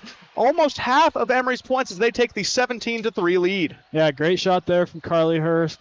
Great movement there in the paint from Cowley. She got it to Hurst on the assist there. And the Dinos break the timeline, finding the likes of Chrissy Jones. They get it to Smith to reset the possession. Floor general this go around. Dribbles to the left wing before taking a screen. She'll take the three. Rattles, won't fall, rebound, or poked away by Guyman, and she dives to try and save it, but touches baseline. Emery gets to go the other way.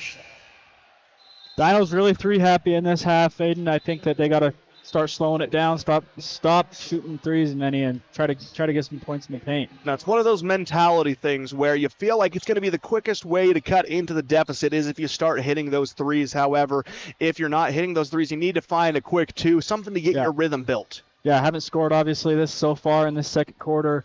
That lonesome three from Bailey Johnson is the only thing the Dinos are holding on to right now. Ball goes to Guyman, kicks out to Hurst in the left corner. Air ball, fight for the rebound, will bounce off Hope's last touch. She had great positioning on Cowley, but just couldn't get her fingers on the ball, so Emery takes over on the baseline again.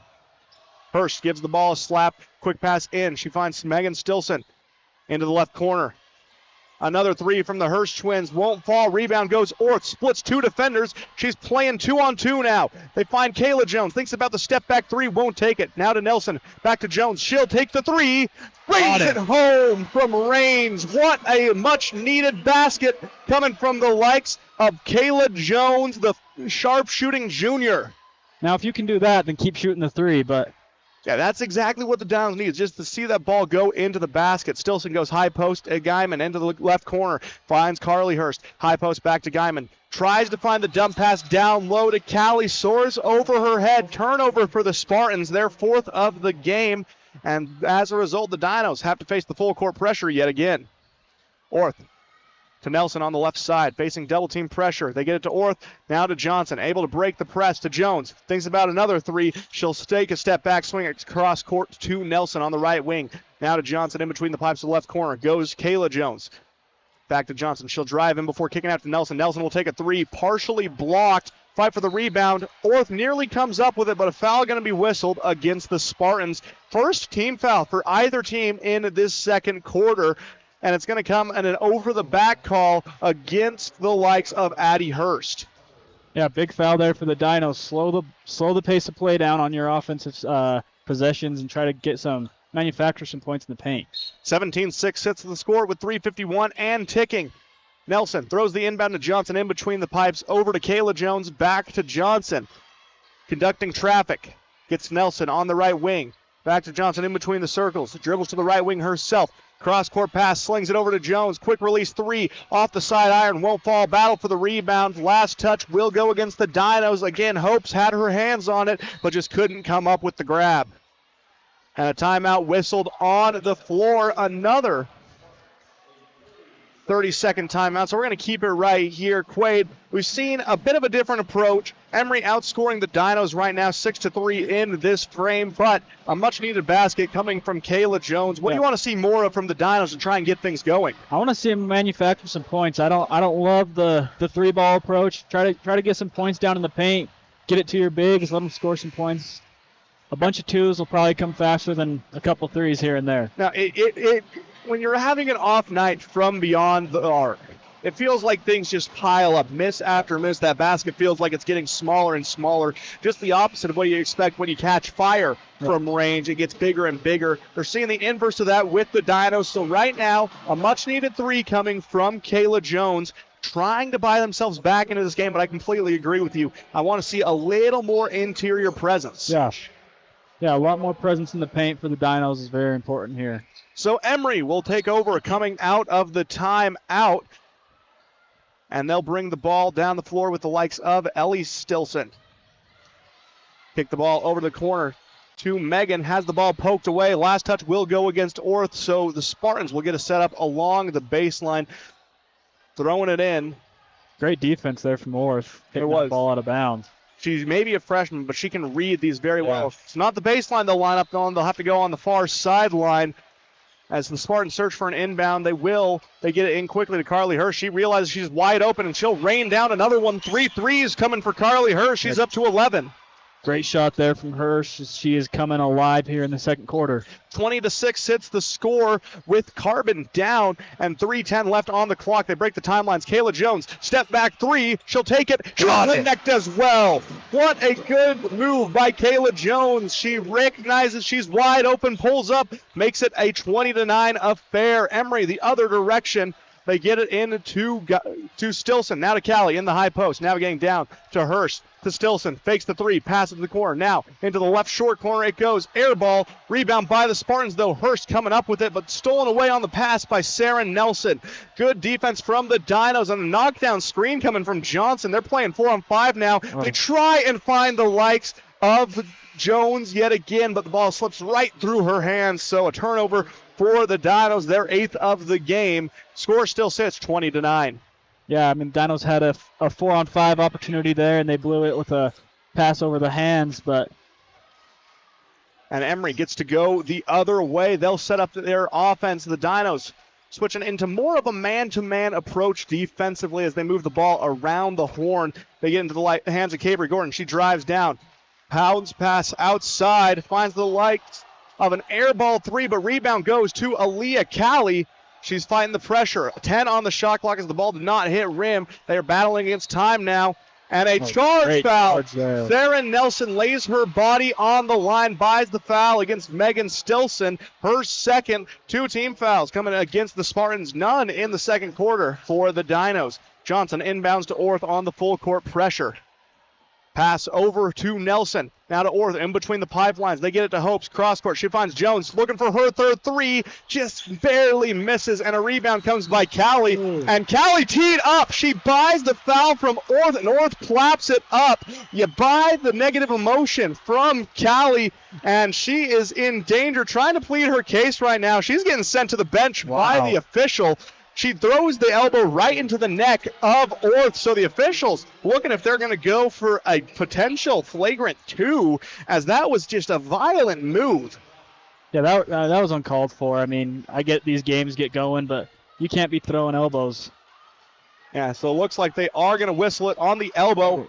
A flagrant 2 looks to be the call. So if that holds, that's going to be the end of the evening for Callie. Yeah, that is a big blow there for the Spartans.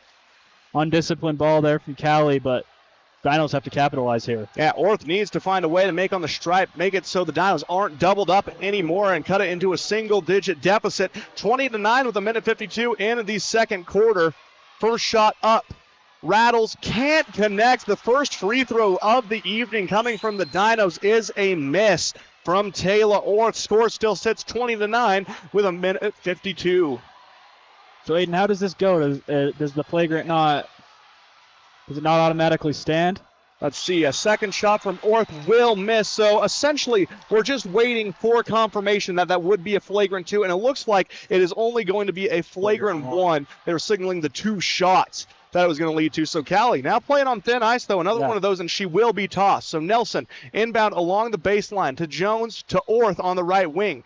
The Downs playing with a renewed sense of momentum. They get to Johnson, back to Orth, surveying around to Johnson on the right wing, to Orth in between the circles to Jones. She'll take the 3 from the left wing, short arms it off the front iron, bounces, rebound Johnson, and she brings it back out and resets the offense with a fresh shot clock. Gets it to Nelson on the left wing. And it looks like a timeout called by Coach Blank. A wise move. Nothing was falling at the time.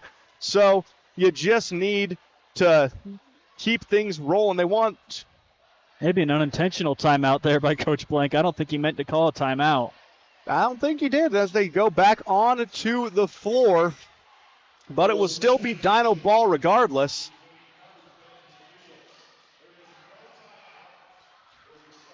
So there is no timeout if we get the confirmation from down on the scorer's table. So it still is Dino's ball, like you said, just an unintentional timeout. Sarah Nelson will be inbounding the ball. She passes it to Johnson. Johnson gets the inbound back to Nelson on the left wing to Jones. In between the pipes to Orth on the right wing.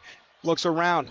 Trying to find a passing lane. Unable to do it. Instead passes out to the right corner to Johnson. Ball nearly poked away. Nelson able to recover. 13 on the shot clock. Surveys around, dump pass down low to Hopes, going to work against Callie, and she's going to be whistled for the travel. She took 1, 2, 3 too many steps on with the ball in her hands. Because of that, Emery gets to go the other way.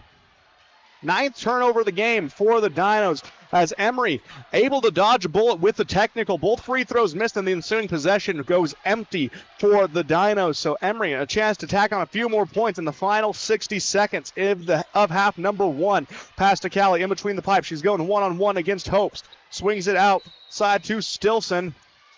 And an off-the-ball foul. They're going to call it against Guyman. That's going to be her third team foul coming for the Spartans. Still yet to foul here in the second quarter is the Dinos. 20-9, though, sits the score. Dinos playing much more discipline in terms of fouling. They move the ball around. Cross-court pass to Johnson. Now to Orth. She has a lane. One person to beat. Drives in. Tries to go up and around Callie. Can't get it to fall. Body's on the floor, but rebound Emery. 7-second difference between shot and game clock. Stilson, quick pass outside to Gordon. Looks around the floor, trying to find Callie down low, won't be able to. Instead, dumps it off. Now down to Callie it goes. She'll put up the hook shot over 2 defenders. Rebound goes to the Dinos. A great grab by Cartwright. Now up to Nelson. 2-on-3. She goes up strong, blocked, no foul. So the Emery again, with the shot clock turned off, will have a chance at the last shot. As they dribble to the left wing, pass off to Hurst, poked away by Nelson. Nelson shoved from behind by the likes of Addie Hurst. A physical game today between these two teams. The hits are hitting hard.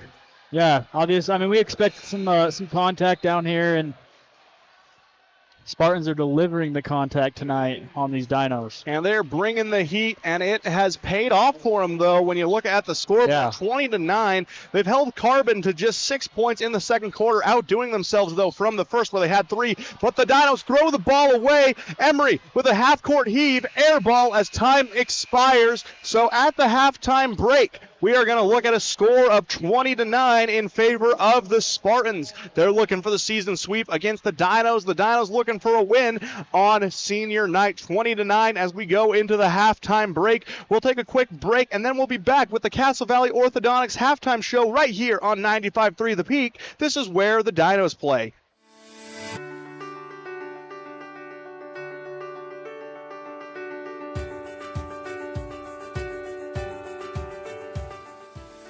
Hi, I'm Dr. Daniel Kelly, owner of Castle Valley Orthodontics. What's keeping you from having a perfect smile? We understand what you want from a local orthodontist. And here at Castle Valley Orthodontics, you'll be treated like family. Call Castle Valley Orthodontics at 637-2222 for a free consultation. Having a great local pharmacy that you can rely on is important. At Price Family Pharmacy, transferring your prescriptions is simple and hassle-free. Just call us at 637-3737 and we'll take care of the rest. Need your medication delivered right to your door? We offer free delivery to make your life even easier. Managing multiple medications? Ask about our convenient med packing services to keep you organized and on track. Visit Price Family Pharmacy and experience a team that genuinely cares. Feel better about your pharmacy. Choose Price Family Pharmacy today. Transform your space with Spectrum Paint featuring PPG paint, the ideal choice for any home project. Imagine a kaleidoscope of colors at your fingertips, from soothing pastels to vibrant primaries. Whether revamping a room or adding character to your exteriors, Spectrum Paint makes every brush stroke count. Dive into a spectrum where quality meets creativity and paint your world with us. Visit Spectrum Paint to find the perfect shade for your home today. Plumbing issues don't happen every day, but when they do, it's good to know that there's a plumber you can trust right here in the Castle Country. The Swell Plumber has over 30 years of experience and has proven that he's reliable. Here's what some customers have said about the Swell Plumber. Kurt was amazing. He came out to the house the same day and got quotes to us very quickly. Kurt kept in touch with us with updates as things progressed. I was definitely pleased. For residential and commercial plumbing, go to theswellplumber.com and book your appointment today. The time is now to join the JN Auto Experience. Browse quality used cars, trucks, and SUVs at our Price or Huntington lots. JN Auto can even help you get financing. Get fast, expert mechanic service to keep your vehicle running smoothly. Treat your car to a spotless wash or make it shine with professional detailing. Even rent a car. All in one convenient stop. JN Auto. Driven forward. Welcome to Emery and Carbon Animal Health, where Dr. Jensen and his staff greet you and your pet with caring smiles. Our exam rooms are clean and inviting. Our accredited doctors offer many procedures, including examinations, surgery, dentistry, and boarding. Schedule an appointment today. 2 locations to serve you. Emery and Carbon Animal Health. Animals big and small. We care for them all. It's fun! It's our favorite place. Strike up family fun for everyone. Gateway Lanes. Families that play together stay together. And Gateway Lanes is your center for fun, snacks, and great food. So let Gateway Lanes do the cooking with open and league bowling year-round and Club Bowl Thursday night, 9 till 11:30, with unlimited bowling including shoes. Since 1989, Helper's Hometown Bowling Center, Gateway Lanes, South Main Street in historic Helper, and bowlhelper.com. Let's roll.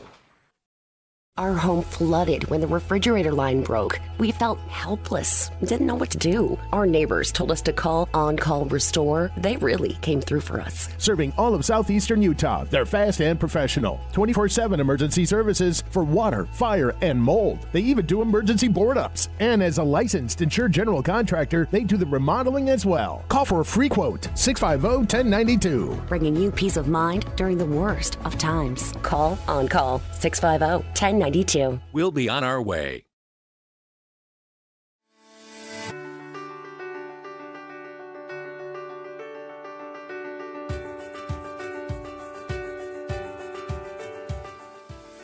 Hi, I'm Dr. Daniel Kelly, owner of Castle Valley Orthodontics. What's keeping you from having a perfect smile?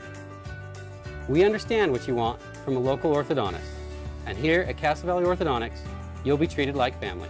Call Castle Valley Orthodontics at 637-2222 for a free consultation. Welcome to the Carbon Dinos Halftime Report, brought to you by Castle Valley Orthodontics. Call 637-2222 and schedule your free consultation for a smile that will last a lifetime.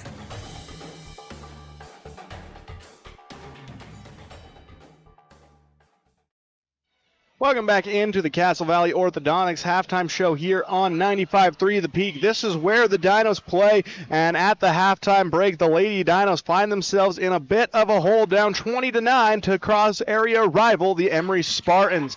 It's been a back and forth. We're looking at first at scoring by quarter. At the end of one, Carbon was down by 11, only able to muster 3 points in the first half. They go into quarter number 2 down 11-3. Yeah. And it was a bit of a similar story heading into the second quarter. Emery again outscores the Dinos. This time unable to break into double digits, though. They only are able to score 9 points in the frame. However, they hold Carbon to just 6 to win the frame, coming away into this halftime break up 20-9 over the Dinos. And you look at scoring by individual, starting with Emery. Carly Hurst has powered this team up 11 points. She's got more than half of what Emery has put on the board. Yeah, right now it's Carly Hurst versus the Carbon Dinos. The Carbon Dinos only scored 9. So, yeah, she's been their biggest scorer. And then you look at Cabry Gordon. She has 2, both coming from free throws. Megan Stilson able to hit a 3. Ellie Stoker had 2 points. Aaliyah Cali had 1, and Skylie Guyman had 1 for a total of 20. Looking at the free throw statistics, the Spartans were able to shoot 9, and they made 5. You know, whenever you see a shooting statistic, you'd be thrilled to see 50% in almost any other context except for free throws. It feels like there you need to be making closer to 70-80%. Oh, yeah, every time you go to basketball practice, that's what the coach is harping on. We need to make our free throws. So, you know, yeah, the same goes for the Dinos, though. They only had a chance for 2 attempts at the stripe, but they were unable to cash in on both of them. And there was a little extra pressure added, not only right by the Emery students section, but you're standing all alone, as it was a technical free throw that they were trying to do, and Orth just unable to connect on either. Yeah, like you said, you're by yourself over there. Same with the free throw at the end of the first quarter that the Spartans missed. But yeah, you're by yourself. Big moment. You just got elbowed in the face. So don't hold too much against her, but you got to make your free throws. I know Coach Blank is probably harping on that in the locker room right now. You look at scoring by individual for the Dinos. Right now, Kayla Jones leads the way with 6 of the 9 points. The only other scoring done by Carbon coming from Bailey Johnson. She hit a 3 in the first quarter, but since then, outside of those 2, the Dinos have been held in check. It's been a defensive battle through and through. Oh, yeah. I mean, 3 3-pointers is all the Dinos have been able to muster up on offense. So got to get the ball moving down in the paint a lot more. Get those closer shots in, get 2 here and there. So. Yeah, and one of the things we talked about it heading into the game was how the Dinos needed to dictate the pace today. And, well, they just haven't been able to do that. Emery offensively has been able to run into their sets. They just haven't been hitting their shots. The Dinos have been caught up in just trying to pass the ball all around the horn, but they just haven't been able to find much success. You and I both agree. We need to see them drive in a little more, try and hunt for some easy 2s. Oh, yeah. Yeah, I mean, the Dinos have gotten really lucky that the Spartans haven't been able to capitalize with as many opportunities that they've gotten. They only got 20 points on the board. I mean, we know the Spartans' offense is capable of a lot more than that. So the Dinos got to keep playing good defense, but ultimately they got to get that offense going here in the second half. Again, coming into this game, Emery putting up 51 points a night, holding opponents to 42. The defense has lived up to the expectations and then some, but that storied Emery offense just hasn't been able to. One of the things I want to see done a little bit differently from Emery on the offensive side of things is I want to see him not rely as heavily on the cross-court passes. They're trying to find the open 3-point shooter. I understand that, but at the same time, Carbon has been very effective in jumping in the passing lanes and poking those passes away. Yeah, and one thing I'm really happy with the Carbon defense is they've been able to hold Aaliyah Cowley to 1 point, and obviously that big technical flagrant 1 foul that we saw in the second quarter. They've been able to handle Cowley very well, but the likes of Carly Hurst have been able to outpower that defense. You know, it's been a hard-fought battle for both of these teams right now. But, again, the credit to the Dinos for stopping Callie. Last time they met, she had 19 points. Today only has 1 as they get warmed up for the second half of action. We're going to take a quick break here on the Castle Valley Orthodontics halftime show. When we come back, going to be the start of second half of action right here on 95.3 The Peak. This is where the Dinos play. This is where you need to be.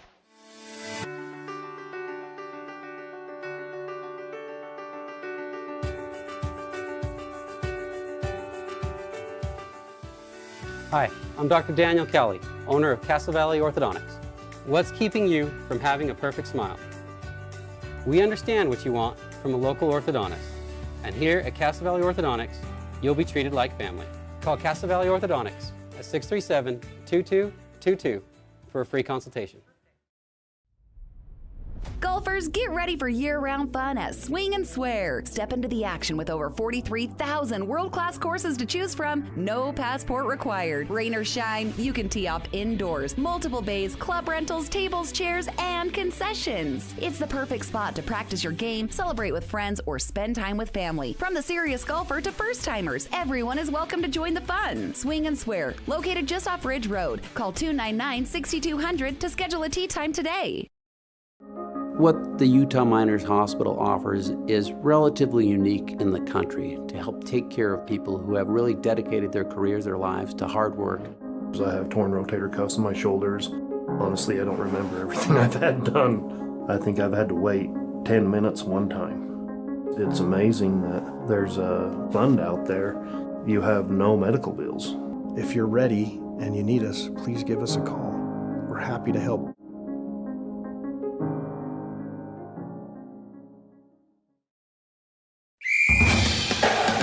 Carbon Dino basketball continues on 95.3 The Peak. Welcome back in to Carbon Dino basketball here on 95.3 The Peak. This is where the Dinos play, and entering into the second half of action, Emery up 20-9 over the Dinos as they're looking to come away with a series season sweep of Carbon. Your five on the floor for the Dinos will be returned to the starting five. You're going to see the likes of Bowman, Orth, Smith, Johnson, and Hopes for Emery. It's going to be the same with Hurst, Carly, and Addy, Megan Stilson, Guyman, and Callie as Emery moves the ball around, going right to left on your radio dial. Now Carbon left to right. They lob it out to Callie in between the pipeline. Handoff goes to Carly Hurst. Backs up, heads off to Addy. Now she drives to the right wing. Now finds Carly in the left corner. Tries to keep the ball alive. Can't do it, and it results in a turnover for the Spartans. Only 4 in the first half of action. They pick up their 5th quickly, though, in the second half.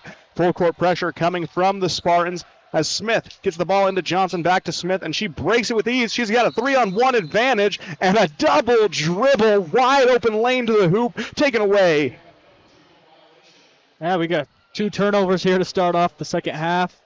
Double dribble there from the Dinos as they were moving down the court on that fast break on that full court press. Now it was unfortunate. They had a 2-on-1 break, but unable to do anything because of the violation. Emery gets it the other way. They get it into Stilson, who dribbles to the right wing, guarded closely by Bowman. Picks up her dribble, dump pass to Callie down low. Going isolation against Orth. She's up and in. Aaliyah Callie finally scoring a basket from the non-free throw slot. She's got 3 points and a quick inbound for the Dinos as Smith trying to break the press by herself. Her teammates need to come and help. They get it to Bowman, and she loses her dribble out of bounds, and Emery takes over. Now it's just doomed from the start, it felt like, as you watch them try and dribble east to west. They finally start moving north to south, but a pass just a little too far out of reach bounces out of bounds. Yeah, not a whole lot of ball movement there out of the Dinos. You can't handle this tough Spartan full court press with one person, so. No, you can't handle any full court press, let alone what Emery is throwing your way as Stilson brings the ball the other way. Dump pass down to Callie, going one-on-one against Hopes. Pivot foot.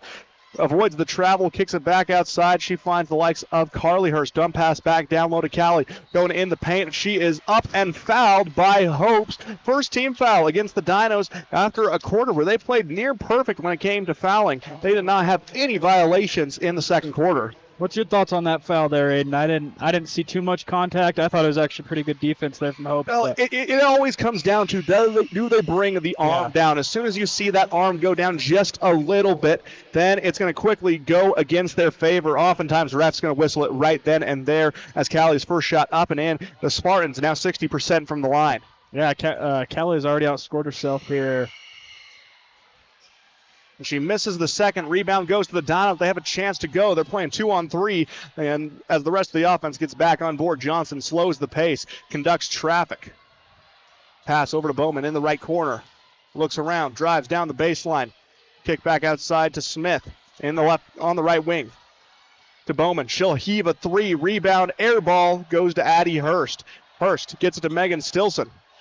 pushes the pace, finds Carly. She's got 11, drives down the lane, goes up, hit hard, hands all around her. We'll have to see which Dino they call this violation on, but either way, it's going to be Hurst heading to the line as it whistled against Johnson. Johnson's second personal, second team foul for the Dinos. A little more aggressive in that department heading in to the second half of action. I like the way that the Spartans are moving the ball here in this half. They're starting to get the ball down in the paint a lot more, and as you can see, 2 fouls, 2 trips to the line already to start this half. Yeah, first shot up and no good by Hurst as she lines up her second up, and she'll connect on that one. So they split the trip to the line, move to 7 and 13 on the day from the charity stripe. Johnson brings the ball down the floor, pass to Smith in the left corner. She'll drive down the baseline, go up, swatted by Cowley, up and in, just the flick of a wrist and a quick rebound for the Spartans. They get to go the other way. Stilson again, your floor general. Bounce pass down low to Cowley. She's going to work. Goes up with the fader, and now she's dominating down low. They let Aaliyah Cowley get going, and now she's already up to 6. 5 points here, and she has 5 of the 6 for the Spartans. Yeah, great start already so far from Cowley. As the Dinos swing the ball to Orth in the right corner. She's forced to dribble back outside, retreating. She's guarded by Hurst. Now to Smith in the right corner. She'll drive down the baseline, hop, step, and a skip. Again, blocked by Cowley. My goodness, what a performance from Aaliyah to start the third quarter. Emery gets to go the other way. They're playing in their groove now. Yeah, I believe that's her third block. I think she had one early in the first quarter, so Cowley's playing really, really well to start this half. And Hurst tries to dribble, drive, but ball gets poked away by Smith. Last touch, Dino's going to stay in possession of Emery. Hockey line change substitution coming for the Dinos. You see Cartwright, Nelson, Kayla Jones, as well as Elsie Morley into the contest. 26-9 hits the score with 5:28 and ticking here as Hurst set to inbound the ball. Lofts over the top, a miscommunication, but Stilson able to recover easily. Picks up her dribble, kicks over to Carly Hurst. Passes down low to Callie in the left corner. She'll take a shot from about 15.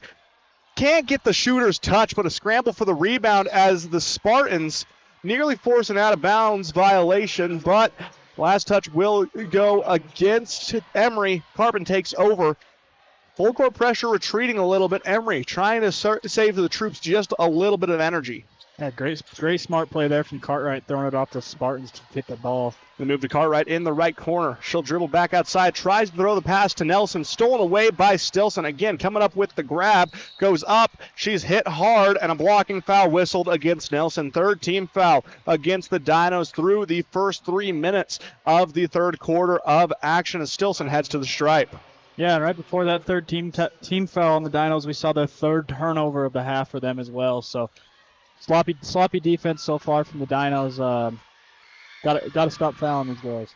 And the first shot up and in. Megan Stilson cashes that one home, helping the Spartans' free throw percentage just a little bit. Now sitting 8 of 14 on the evening. She'll take a few more dribbles, line up her go-ahead, and she'll stroke that one home as well. You knew it from the moment it left her hands.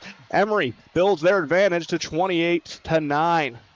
Nelson brings the ball down the floor. They swing over to Jones. Kayla Jones will take a three. She was random down the second. She'll miss off the back iron. Rebound goes to the Spartans, but stolen away. An excellent move by Morley. Pass to Jones. Jones hit as she goes up, and it's going to be a foul called against Megan Stilson. So Emery committing their first violation of the third quarter, but no harm, no foul. They're up 28-9.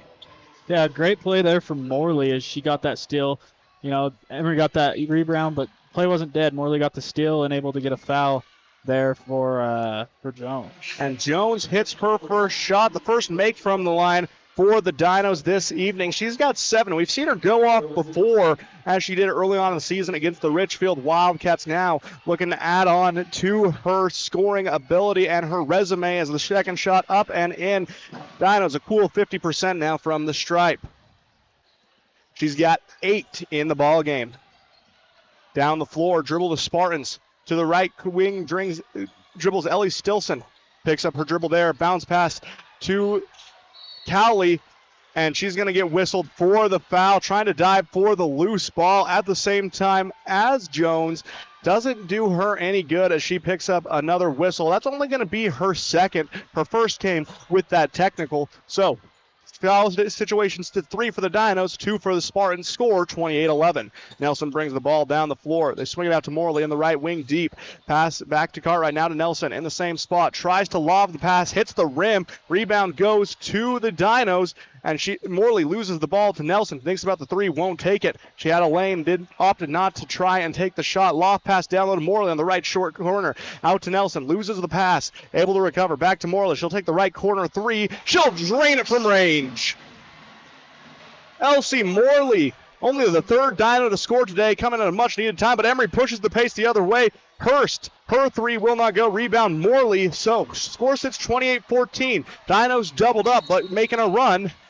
And a carry violation against the Dinos. Momentum was swinging in their favor, but they go ahead and stop it but with the carry. I really like the way that Kayla Jones has looked. She's picked up the slack here for the Dinos. She's got 8 in this game. She has it. 1 of 3 to score for the Dinos tonight. And this is the second game we've seen one of the Jones twins take over. Last game it was Chrissy Jones scoring 18. Yeah. Now Kayla having her fun as the Spartans bring the ball down the floor, navigating around into the hands. It goes of Ellie Stilson. Now to Guyman. The handoff to Stilson. She'll drive down the lane. Shot up and 1 coming for Ellie Stilson. And easy up and in coming for the junior. Yeah, great play there from Stilson. And just able to buy her way to the basket right down the lane. She dribbles as that lead climbs up yet again. 30-14 in favor of Emery. 2 substitutions come in. We're going to see the return of Stoker as well as Hadley Grimm, the sophomore, seeing her first minutes tonight coming in off the bench. Chance for 3 points the old-fashioned way. Coming for Ellie Stilson. Her shot up. She'll catch that one home. She's got 3. And the Spartans have officially made 10. The Dinos dribble the other way. Johnson in between the pipes. She will dribble to Nelson on the left wing. Looks around. She'll get some separation. She'll opt for the 3 off the back iron. Won't fall. Rebound goes right back to the Dinos. Natalie Cartwright pulls it down. Hands up to Johnson in the right corner. Her 3 will not connect. Bounces off the interior of the rim before falling harmlessly into the hands of the Spartans, who race the other way. Sling pass down low. They try and find the likes of Ellie Stoker, and she gets hit hard on her way up. She buys her second trip to the line tonight. That's going to be the 4th team foul against the Dinos. However, they're not going to say it was in the motion of shooting. And looks like they're going to line up along the baseline as the officials go to confer to see how they're going to whistle this one. Always fun to see the officials get involved like this. And yes, they are going to say no shot. It's going to be the Spartans' ball still, but along the baseline. Aiden, who have you been impressed with the most out of, any player on the team or on the court, not even just the Dinos? Well, Kayla Jones comes in and she has 8 points off the bench. She has looked electric all evening long, but in the third quarter, I think it's been Aaliyah Callie who's impressed me, going from 1 to 6 points in the matter of 2 minutes. She was dominant, and they will award free throws to the Spartans as it would put the Dinos in the bonus. First shot up by Stoker will not connect. So now 31-14 still sits the score in favor of the visiting Spartans. Kelly also has 2 blocks so far here in the second half, so she's looked amazing coming out of the half. Second shot up and in coming for Stoker. That's her 3rd basket of the game. As the Dinos bring it the other way, Johnson with the ball on the left wing extended. She'll try and split 2 defenders, forced to pass back outside to Bradford. Around the horn they go to Sarah Nelson. She'll drive down the baseline, kick out to Johnson. Her shot fake, drive in, Euro step, loses the ball, poked away by the Spartans. An excellent move by the sophomore Hadley Grimm to come up with the steal. They push the pace up. Cavery Gordon hits a 3. My goodness, when that ball is moving fluidly for the Spartans, magic tends to happen as Gordon rains it down for her 8th point of the game. And it forces a timeout from the Dinos with 2:21 remaining. Emery up 35-14. Emery putting on a clinic in the third quarter. Yeah, they have really come alive so far here in the second half. So we'll take a quick break here alongside the teams, and then we'll be back with more Carbon Dino basketball right here on 95.3 The Peak. This is where the Dinos play. Hi, I'm Mackenzie Smith. After 6 years as a nurse, I've learned that sometimes our bodies just need a little extra support. That's what IV therapy can do. It can help you bounce back quicker after an illness, recover faster after a workout, ease migraines, and even improve focus and energy. Think of it as giving your body a direct line to the hydration and nutrients it needs to feel its best. I'd love to help you find the right blend for your goals. Reach out to me on Facebook or Instagram at wellness.iv.utah.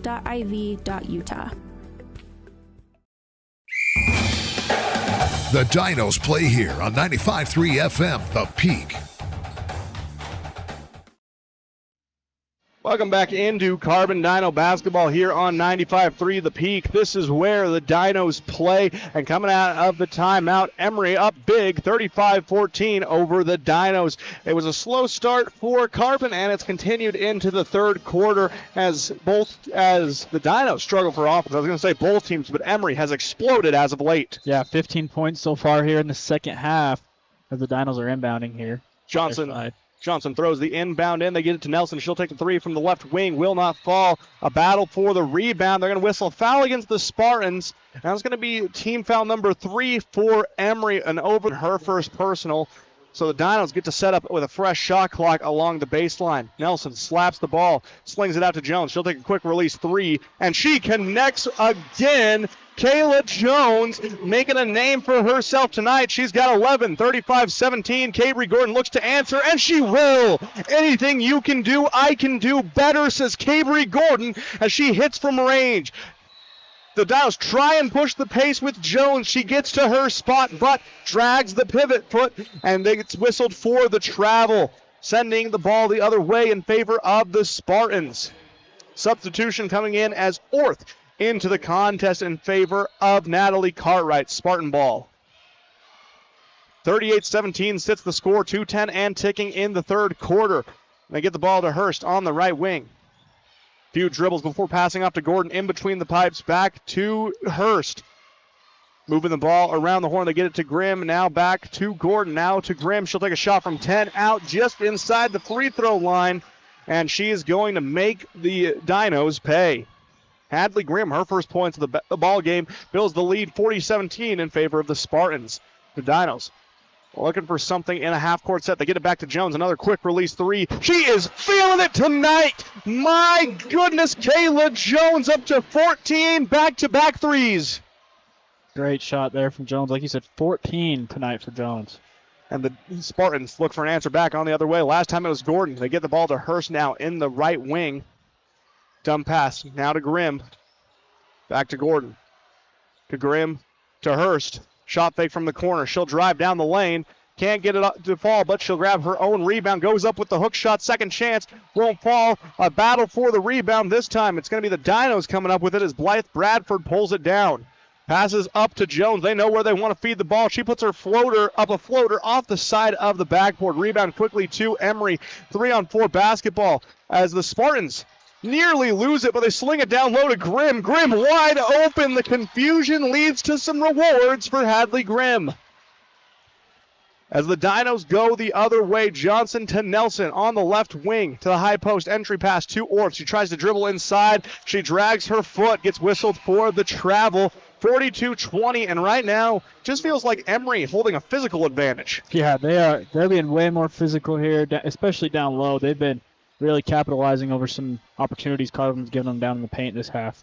Yeah, no, and it felt like it was we're seeing two different teams. Yeah. The Dinos weren't scoring as much in the first half, but now they're just not playing as good of defense, especially on the inside. As I say that, Orth comes up with the steal, jumping right into the passing lane. She's going to drive down, go up with the scoop shot. She's hit hard and falls to the ground. She's going to go to the line where last time we saw her, she went 0 of 2 on the technical free throws, but now with a friendly student section to her side, looking to improve her total. The Dinos, 50% from the line today, 2 of 4.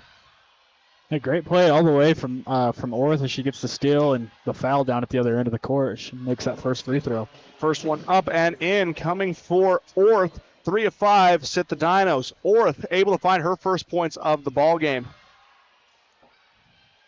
A few low dribbles, second shot up. Rattles, gets the shooter's touch. Orth able to buy both points at the line. Now 4 of 6, 66% for the Dinos from the stripe. 16 seconds and ticking. Emery going to hold for the last shot. Dribbling to the left wing as Ellie Stilson picks up her dribble, passes to Grimm in the high post. Pass down low, finds Stoker. She goes up and can't get her shot to fall, but a rebound goes to Bradford. Good pressure defense, going to let that clock expire. The Spartans not going to allow even a half-court heave as time expires in the third quarter. So at the end of 3, we see the Spartans scoring 22 points in the third frame alone, holding the Dinos to 13. So both teams in double digits for the first time this game, but Emery still holds the advantage 42-22. When we return for the fourth quarter of action right here on 95.3 The Peak, this is where the Dinos play.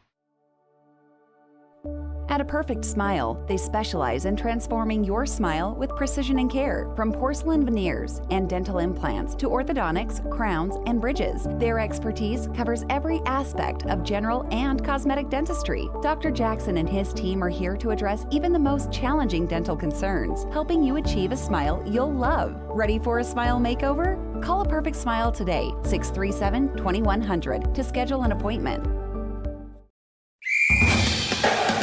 Carbon Dino basketball continues on 95.3 The Peak.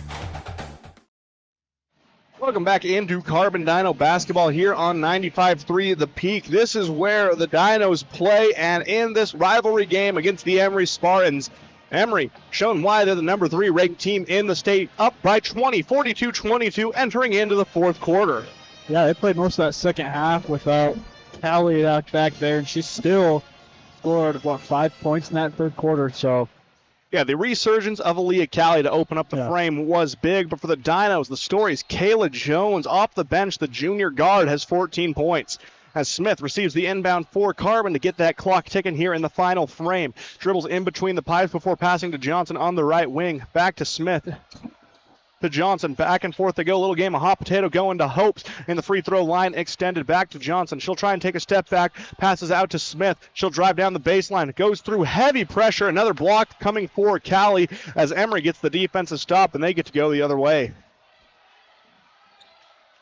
Moving the ball around, they get it into the left corner to the likes of Carly Hurst. Back and forth, she passes to Gordon. She'll take a 3, will not connect. Rebound goes to Hopes, and they're going to call a foul against the Spartans. A lucky break for the Dinos as Hopes nearly lost that ball out of bounds. Yeah, she got lucky. Hurst started reaching and drew the foul.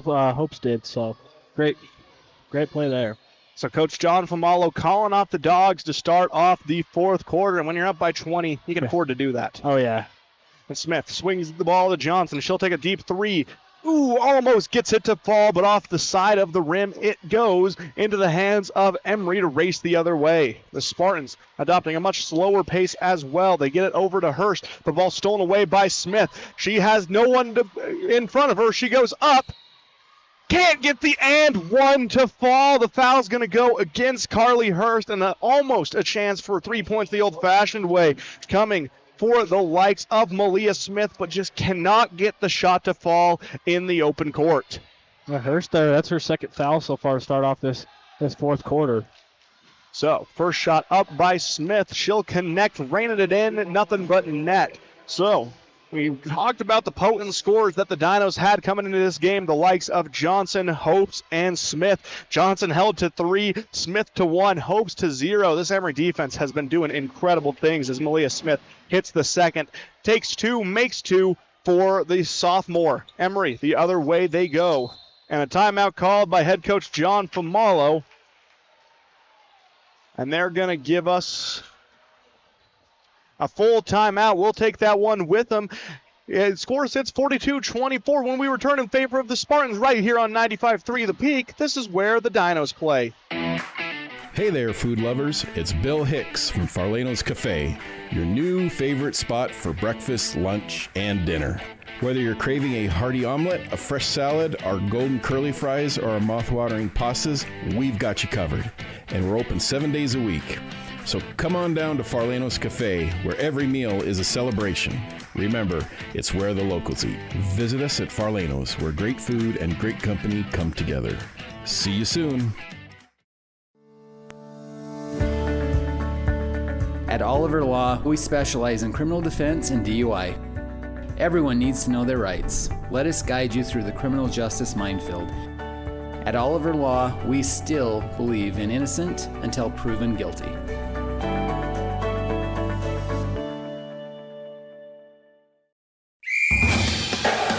You're listening to Carbon Dino Basketball on the Peak KRPX 95.3 FM. Welcome back into Carbon Dino Basketball here on 95.3 The Peak, where the Dinos play. Coming out of the timeout, Emery up 42-24 over the Dinos as they get the ball in to Megan Stilson to start this possession.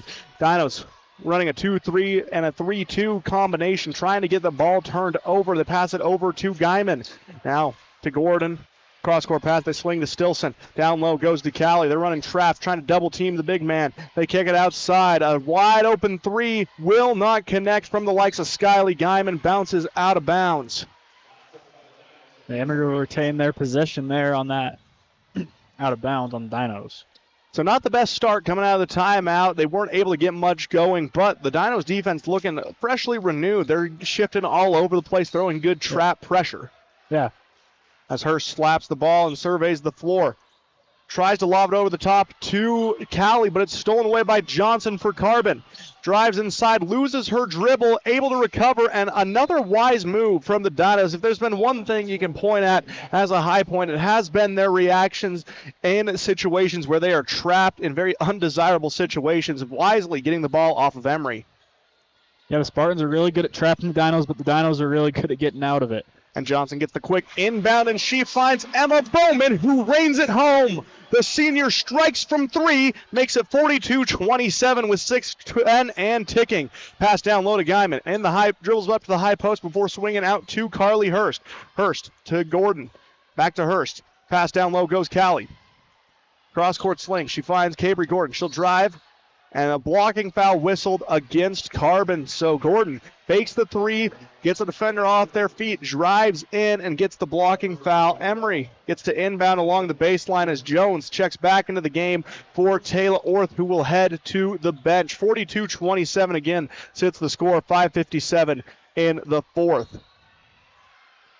Yeah, the hot hand checks back in for the Dinos. As Gordon lost the pass over the top to Stilson. Pass back to Gordon on the left wing. Pass to Hurst in the left corner. She'll dribble back outside, back to Gordon. Shot fake, drive down the lane. She goes up strong with the right. Dump pass instead to Callie. Callie misses, comes up with her own rebound, but a fight for it by Malia Smith, pulling about three Spartans behind her as she tries to get the break started. Yeah, great play there by Malia Smith. And Callie wants a whistle for the contact. She's saying they're grabbing me. Well, unfortunately, in a tough situation like that, especially the one that results in a jump ball, there's going to be a lot of extracurricular activity. Oh, for sure. As Gordon inbounds the ball, lofts it over the top to Stilson. Pass over to Carly Hurst.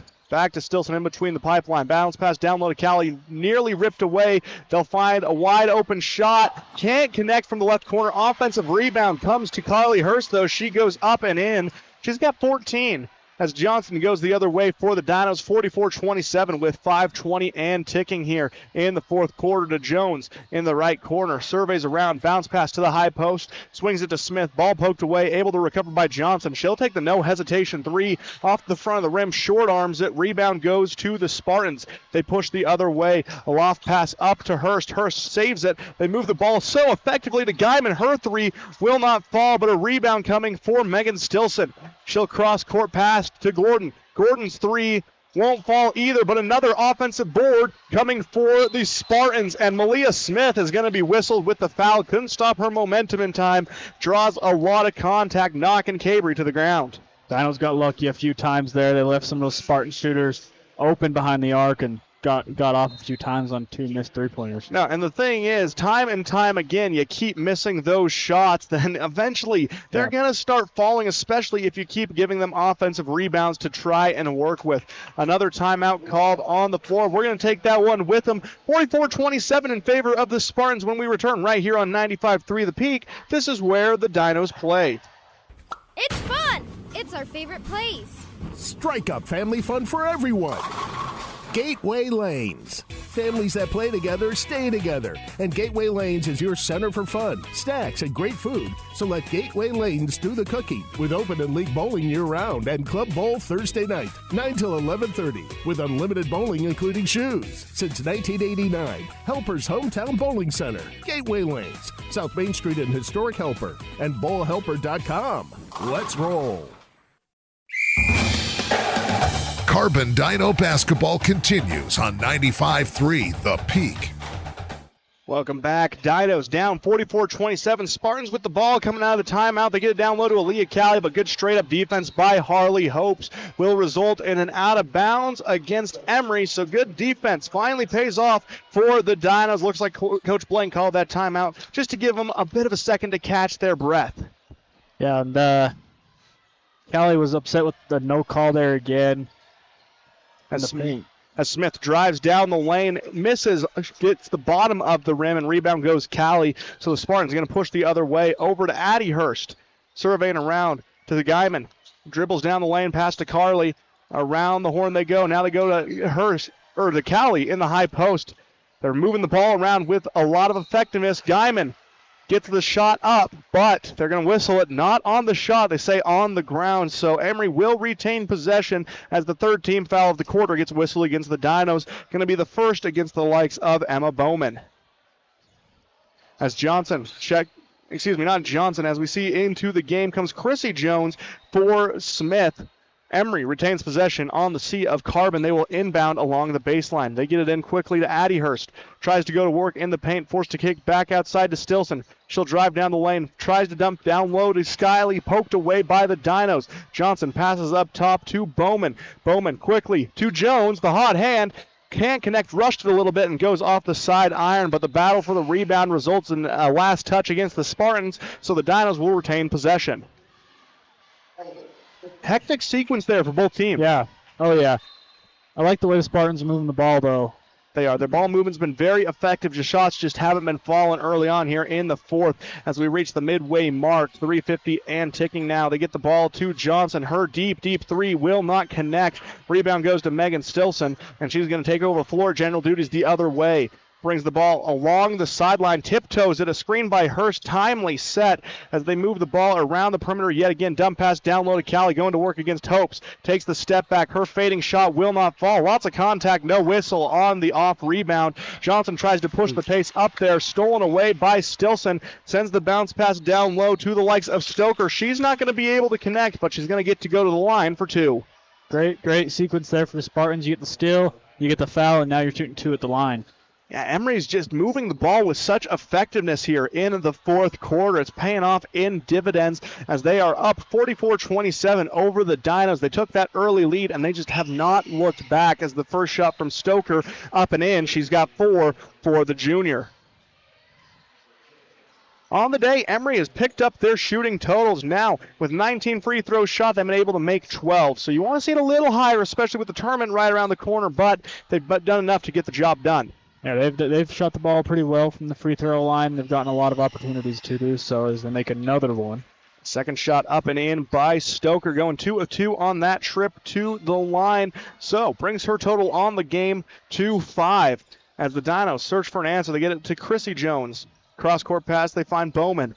Bowman looks around, tries to find Jones again, this time Kayla, and they go soaring out of bounds near the student section, so Emery benefits from the unforced turnover. 46-27 in favor of the Spartans with 3:07 left in the game. Emery with the ball, they're slowing the pace yet again. Carbon falls into a 2-3 zone.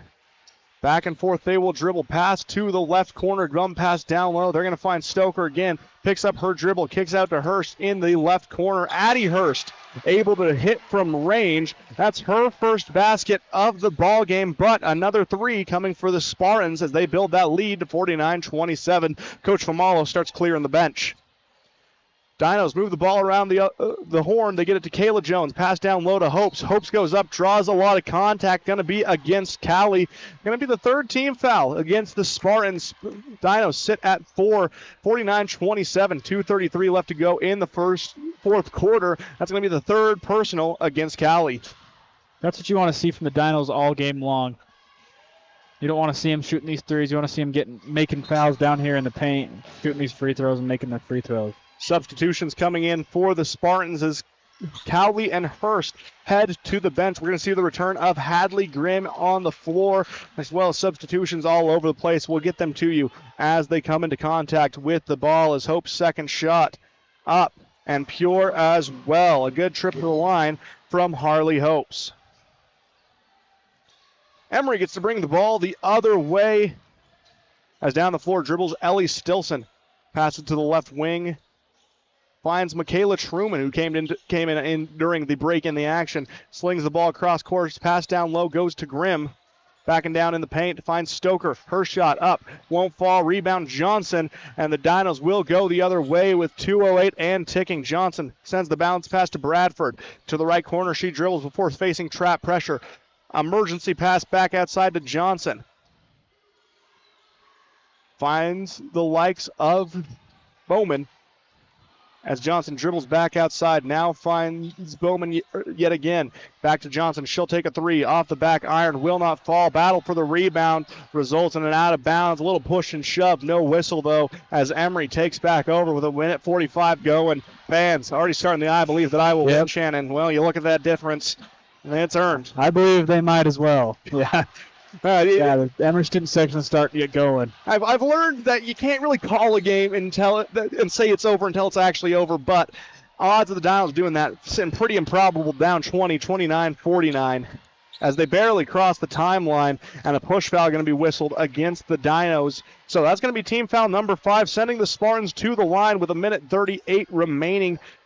Emery, after a slow start at the charity stripe early on, has really bounced back. They've shot 13 for 20 over the game. Yeah. But that one fell on Emma Bowman, that foul for the Dinos. First shot up, can't rattle that one in, as we see Citron missing the shot. Second shot up, and she'll connect on that one. It does Citron. Mason Citron, the sophomore, splits the trip 1-1. The Dinos dribble the other way. They find Bowman on the left wing. Down low to Bradford. Along the baseline, dribbles, tries to go up with the reverse layup. Blocked partially by the Spartans, but a foul called against the Spartans, and that will send the likes of Blythe Bradford to the line. Now, Blythe can jump out of the gym. She is a very talented player, especially when it comes to rebounding. But tonight, the Spartans have held her in check. Yeah, I mean, honestly, the Spartans have held most players they've held most of them besides Kayla Jones. Kayla Jones had a great game. And even then, in the fourth quarter, they have been able to make her into a non-factor, as she just hasn't been able to hit with as much efficiency. The free throw good by Bradford makes it 50-30, as Carbon has made a bulk of their free throws. They're 8 of 10, but they miss it at that juncture. Battle for the rebound. Going to go out of bounds, but last touch against Emery. So the Dinos going to retain possession with a minute 24. Man, that student section still John. That's part of the fun of winning a rivalry game. Oh, yeah. Get the fans involved. As the Dinos inbound the ball, they find the likes of Kayla Jones. Now to Morley. Right corner, they swing down low to Orth. She goes up with the turnaround shot, won't fall. Rebound Morley. Her shot partially blocked, but a foul whistled. She's going to have a chance at the line for 2. Elsie Morley sits at 3 points in the ball game. Aiden, I think we have a better chance of seeing a little bit of a different game if the Dinos are able to do this all game long, manufacture these points down below and draw these fouls. Yeah, it's something that if you saw them rely very heavily on the 3 ball throughout the course of this game, as the first shot up and no good. Of course, right as I say that the Dinos are having an excellent day from the line, they missed the next 2. But Morley will line up undeterred for the second shot. It's up, and she'll cash that one in. She brings her point total to 4. And the score now sits 50-31 in favor of the Spartans. Down the court, they will dribble with a minute 8 left. Still aggressive defense being played. There's no quitting either one of these teams, as the steal comes for Kayla Jones. She gets to go the other way for the Dinos. Hesitation. She'll take the pull-up 3. Oh, and she gets the shooter's touch. Rolls around the world. Toilet bowl action drops in. And Jones has her 17th point of the ball game. Emery the other way. Shot clock ticking down, but with only 38 seconds left in the game, Dinos still trying to run a bit of a trap, jump into those passing lanes. They move it around the perimeter, and they're just going to successfully dribble it out. Brooklyn Bernard sends the bounce pass outside, but loses it, and a battle for it. No one on it. Good move by dribbling it back up as Bradford gets to bring it down the floor with the shot clock turned off. They get it to Jones on the left wing, back to Bradford in between the circles. Now to Cartwright on the right wing. Dribbles to the right corner, facing double team pressure. Cross-court pass goes to Jones. She'll drive in, put up the floater. Will not connect. Rebound Orth. Her shot blocked on the second chance effort. That's going to send Taylor to the line with 6.6 seconds left, and the Dinos down 50-34. Yeah, I love how we're not seeing the Dinos just dribble this one out. A lot of heart in this team. Obviously a tough game losing to your rival this bad at home on senior night, but a lot of heart out of these girls. Foul whistled against Hadley Grimm, her second, as Orth's first shot up and pure. She's able to strike from the charity stripe. All three of her points in the game coming from the line. Takes a few more dribbles, 50-35, 6.6 seconds left. Orth gets the lucky bounce on the next one as she brings her total to the day 2-4. And Emery content to just dribble this one out, and they will. Emery escapes. It's not escape. They come away with the 50-36 win as they defeat the Dinos on senior night. What an effort from this team after a slow start in the first half of action. They come back and they dominate the rest of the game. You got to give it to the Spartans. They came in and they took care of business. Yeah, they played really, really well, especially in the second half. They came in, they shot the ball, they manufactured points in the paint, and that's what I really like to see out of the Spartans. Wish we saw more of out of the Dinos tonight on senior night, but you know, it's a good team. Again, they're number 3 in the state for a reason, as they have just dominated throughout most of the regular season. But now the Dinos fall. Their record now sits at 9-14 and 3-5 in region play to close out the regular season here at the Dino Den. Coming up next, they got the playoffs. Emery advances to 13-9, 6-2 in region play. We'll take a quick break here, and then we'll be back with the Eastern Utah Community Credit Union postgame show. You're listening to Dino Basketball right here on 95.3 The Peak. This is where the Dinos play. Show your school spirit and support local high schools with the new Eastern Utah Community Credit Union debit and credit cards. Featuring designs for Carbon, Emery, and Grand High School, these cards let you carry a piece of your school's pride wherever you go. Plus, to make purchasing easier, Eastern Utah Community Credit Union has added the convenience of tap-to-pay and compatibility with major mobile wallets. Pick up your school spirit card today at any of the Eastern Utah Community Credit Union branches. At A Perfect Smile, they specialize in transforming your smile with precision and care. From porcelain veneers and dental implants to orthodontics, crowns, and bridges, their expertise covers every aspect of general and cosmetic dentistry. Dr. Jackson and his team are here to address even the most challenging dental concerns, helping you achieve a smile you'll love. Ready for a smile makeover? Call A Perfect Smile today, 637-2100, to schedule an appointment. Looking for financial solutions? At Cache Valley Bank, they're here to help.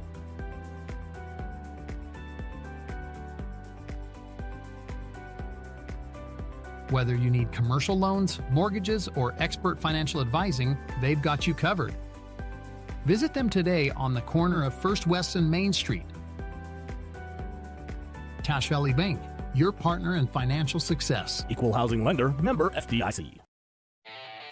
Discover peace of mind with Don's Hometown Insurance, now even closer to home at their new location, 58 West Main Street in Price.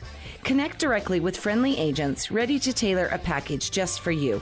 Imagine bundling your home, auto, and life insurance, simplifying your life while maximizing your savings. Experience personalized service designed to protect what matters most to you. Visit Don's Hometown Insurance today and feel the difference. Plumbing issues don't happen every day, but when they do, it's good to know that there's a plumber you can trust right here in the Castle Country. The Swell Plumber has over 30 years of experience and has proven that he's reliable. Here's what some customers have said about the Swell Plumber. Kurt was amazing. He came out to the house the same day and got quotes to us very quickly. Kurt kept in touch with us with updates as things progressed. I was definitely pleased. For residential and commercial plumbing, go to theswellplumber.com and book your appointment today.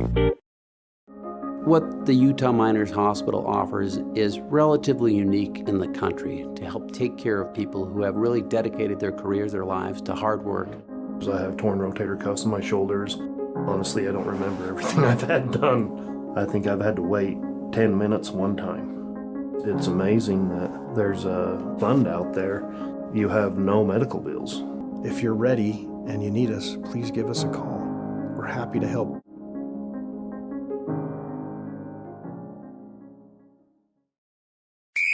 Show your school spirit and support local high schools with the new Eastern Utah Community Credit Union debit and credit cards.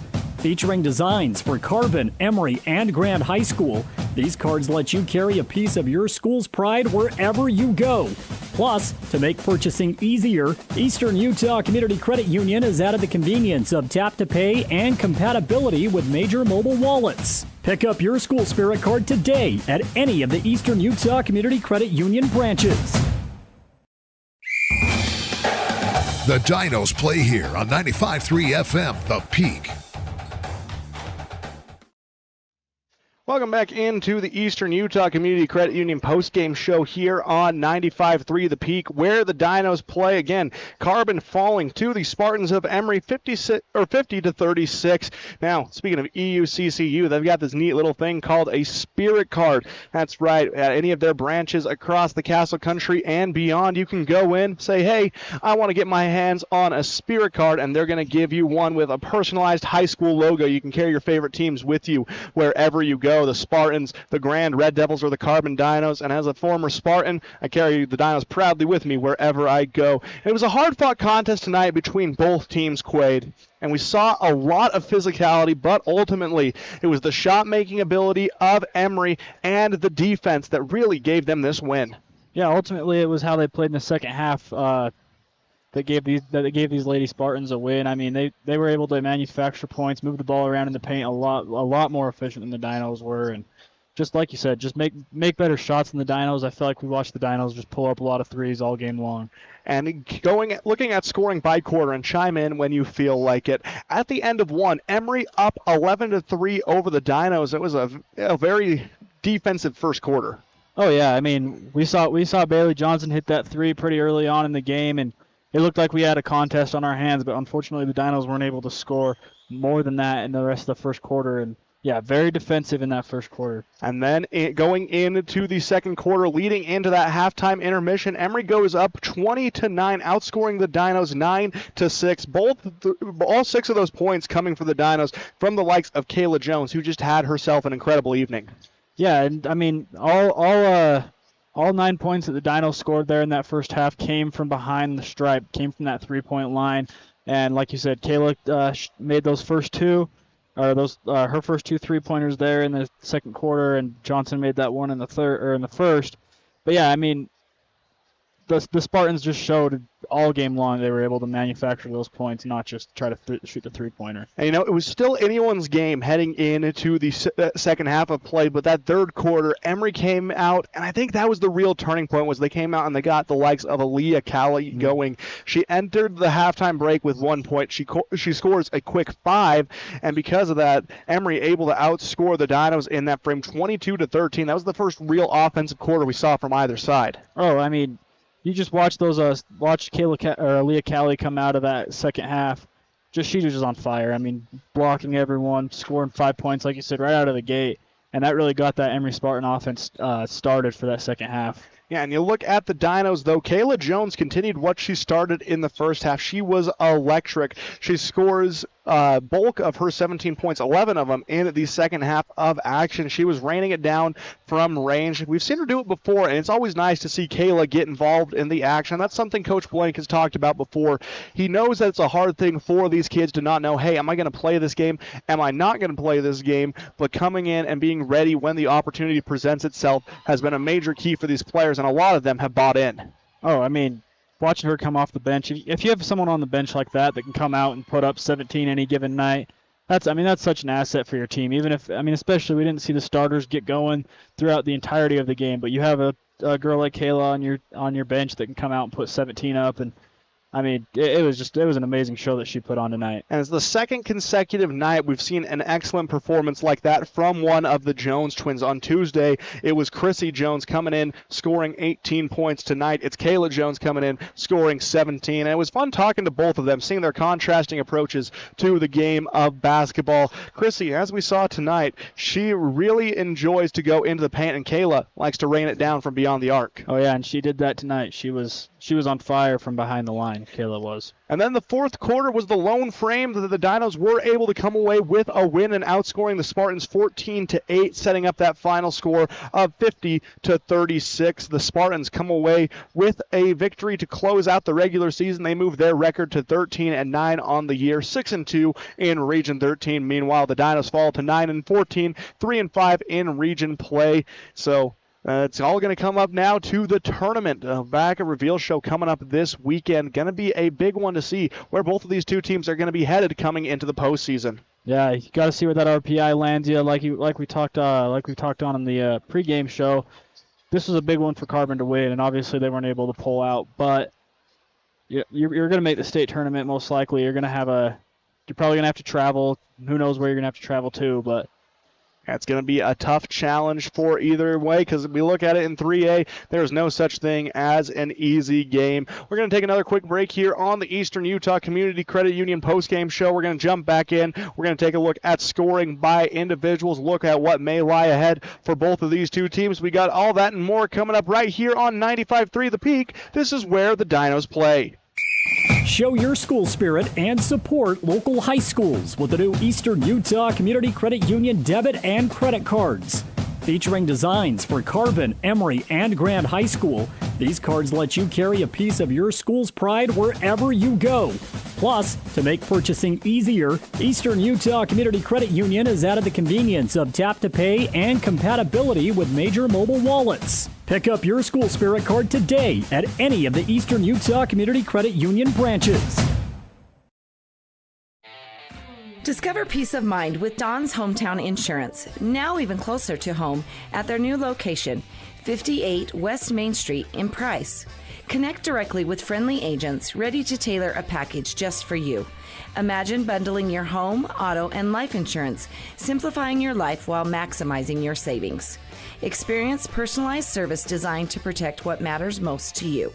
Visit Don's Hometown Insurance today and feel the difference.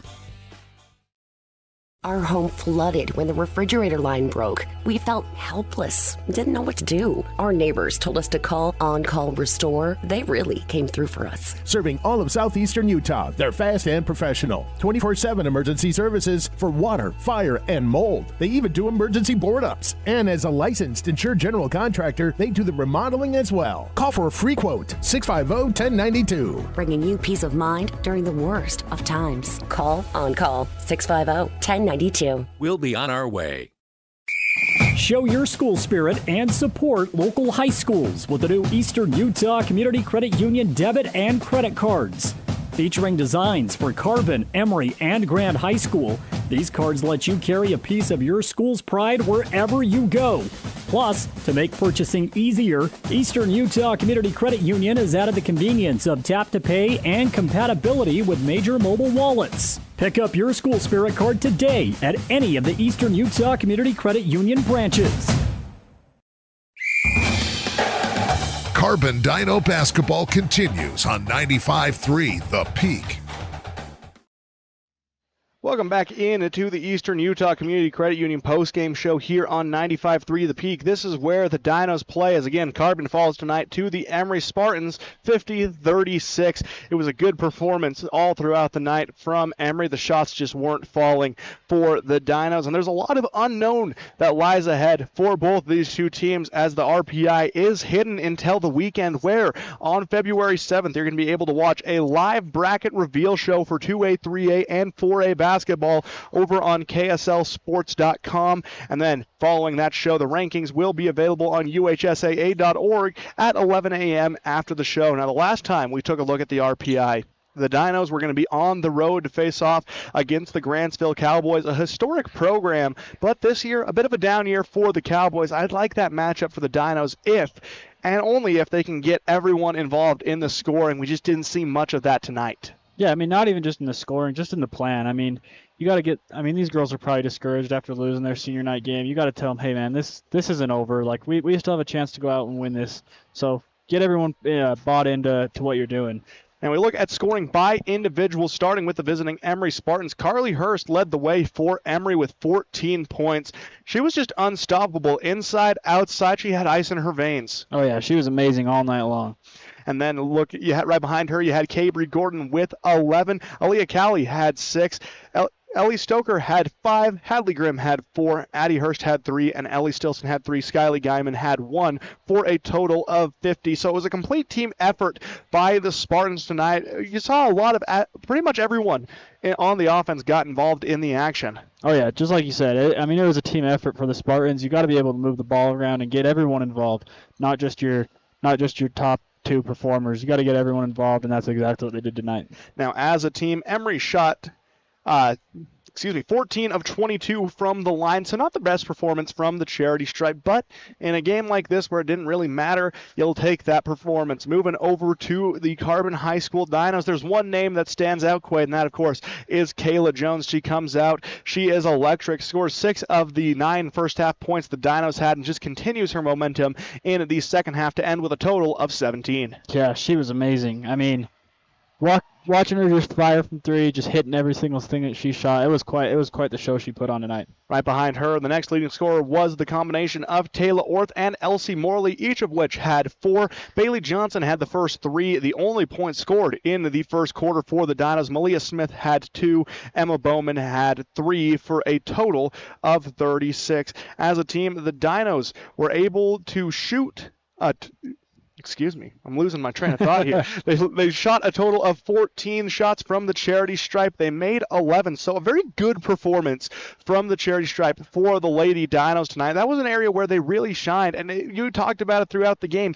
You wish the game plan would see a little bit more of them trying to buy fouls down low, operate their offense more through the paint than try and get those exterior shots to fall. Sure. I mean, yeah, like you gotta be able to take that small victory. Yeah, we didn't win the game, but we shot really good from the stripe, and I mean we got to continue to do that throughout the entire rest of this year. So. Yeah, no, it's something that you just got to bounce back from. Some nights those shots just aren't going to fall, and unfortunately tonight on senior night, that was the case. As again, tonight the Dinos honored the 3 seniors on the squad, Emma Bowman, Bailey Johnson, and Harley Hopes.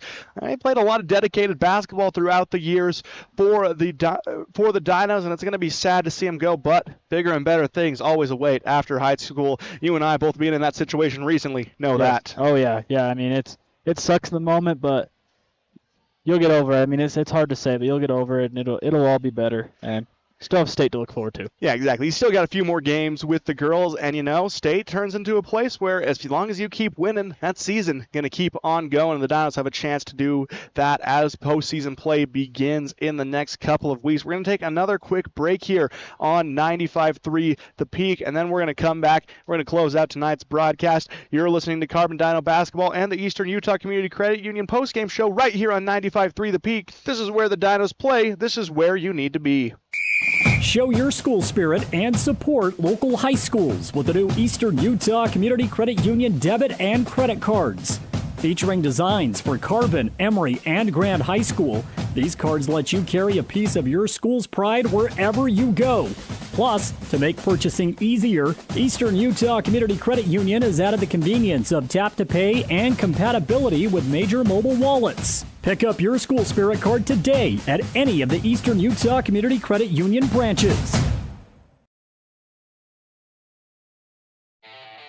Discover peace of mind with Don's Hometown Insurance, now even closer to home at their new location, 58 West Main Street in Price. Connect directly with friendly agents ready to tailor a package just for you. Imagine bundling your home, auto, and life insurance, simplifying your life while maximizing your savings. Experience personalized service designed to protect what matters most to you. Visit Don's Hometown Insurance today and feel the difference. Imagine a smooth, hassle-free journey to the front door of your new home with the Driggs Mortgage Team guiding you every step of the way. Hi, this is Greg Driggs. Our seasoned experts understand the ins and outs of home financing and refinancing. Come visit us at our new permanent address, 8 East Main in Price, where we plan to be a staple for years to come. Start your journey today. Call 801-427-3577. The Driggs Mortgage Team, NMLS number 272076, Equal Housing Opportunity. Driggs Mortgage Team is a DBA of Premier Mortgage Resources, LLC, NMLS 1169. In the heart of Carbon and Emery counties, Quick Realty is here to help you make the right move. Experience the future of home buying with our Matterport 3D tours, giving you an immersive look at your potential home from anywhere. Meet our dedicated team of local professionals, just real people who care, walking you through every step of the way. As a Zillow Premier and Realtor.com specialist, Quick Realty is your trusted expert, handling everything from residential, commercial, and mountain properties to property management. Your dream home is just a call away. Let Quick Realty help you find it. Show your school spirit and support local high schools with the new Eastern Utah Community Credit Union debit and credit cards. Featuring designs for Carbon, Emery, and Grand High School, these cards let you carry a piece of your school's pride wherever you go. Plus, to make purchasing easier, Eastern Utah Community Credit Union has added the convenience of tap-to-pay and compatibility with major mobile wallets. Pick up your school spirit card today at any of the Eastern Utah Community Credit Union branches. You're listening to Carbon Dino Basketball on the Peak, KRPX 95.3 FM. Welcome back into the Eastern Utah Community Credit Union postgame show here on 95.3 The Peak. Again, the Dinos fall 50-36 in tonight's rivalry showdown against the Dinos of Carbon High School and the Emery Spartans. Always fun when those two teams clash, but tonight, I wouldn't say lady luck. The Spartans just played a very complete game from start to finish, and they were able to buy themselves that victory. Oh yeah, I mean they were dominant all game long. I mean, they were just knocked down all game long. You know, and the big story for Carbon, of course, Kayla Jones, her 17 points, leading the team, the only Dino scorer, fun fact, in double digits throughout this contest, so she had herself quite the evening. Always exciting when you see a younger player go off like that, knowing we get one more season of Kayla Jones. Yeah, I mean, it was really exciting to see her play tonight. I mean, she was on fire, that's all. Well, Quaid, before we head out, anything you want to leave the listeners off with? No, I mean, great game. Unfortunately, the Dinos didn't come out on top, but it was awesome to watch these girls play. Well, you know, if nothing else, we get some more basketball action tomorrow on the men's side as the Dinos travel down to Emery and the Spartan Center to close out the season with the second game of Rivalry Week here on the Castle Country Radio family of stations. We got pregame starting at 6:30 p.m. with the Landon's Diesel Service pregame show. Opening tip to follow at 7 p.m. Quaid, you're going to be there alongside Sonny Buscarini. Going to be such a fun night. I know we're all looking forward to it here, and we hope you enjoyed listening to this broadcast as much as we enjoyed bringing it to you. He's Quaid Henry. I'm Aiden Mortensen. Thank you for listening, and go Dinos.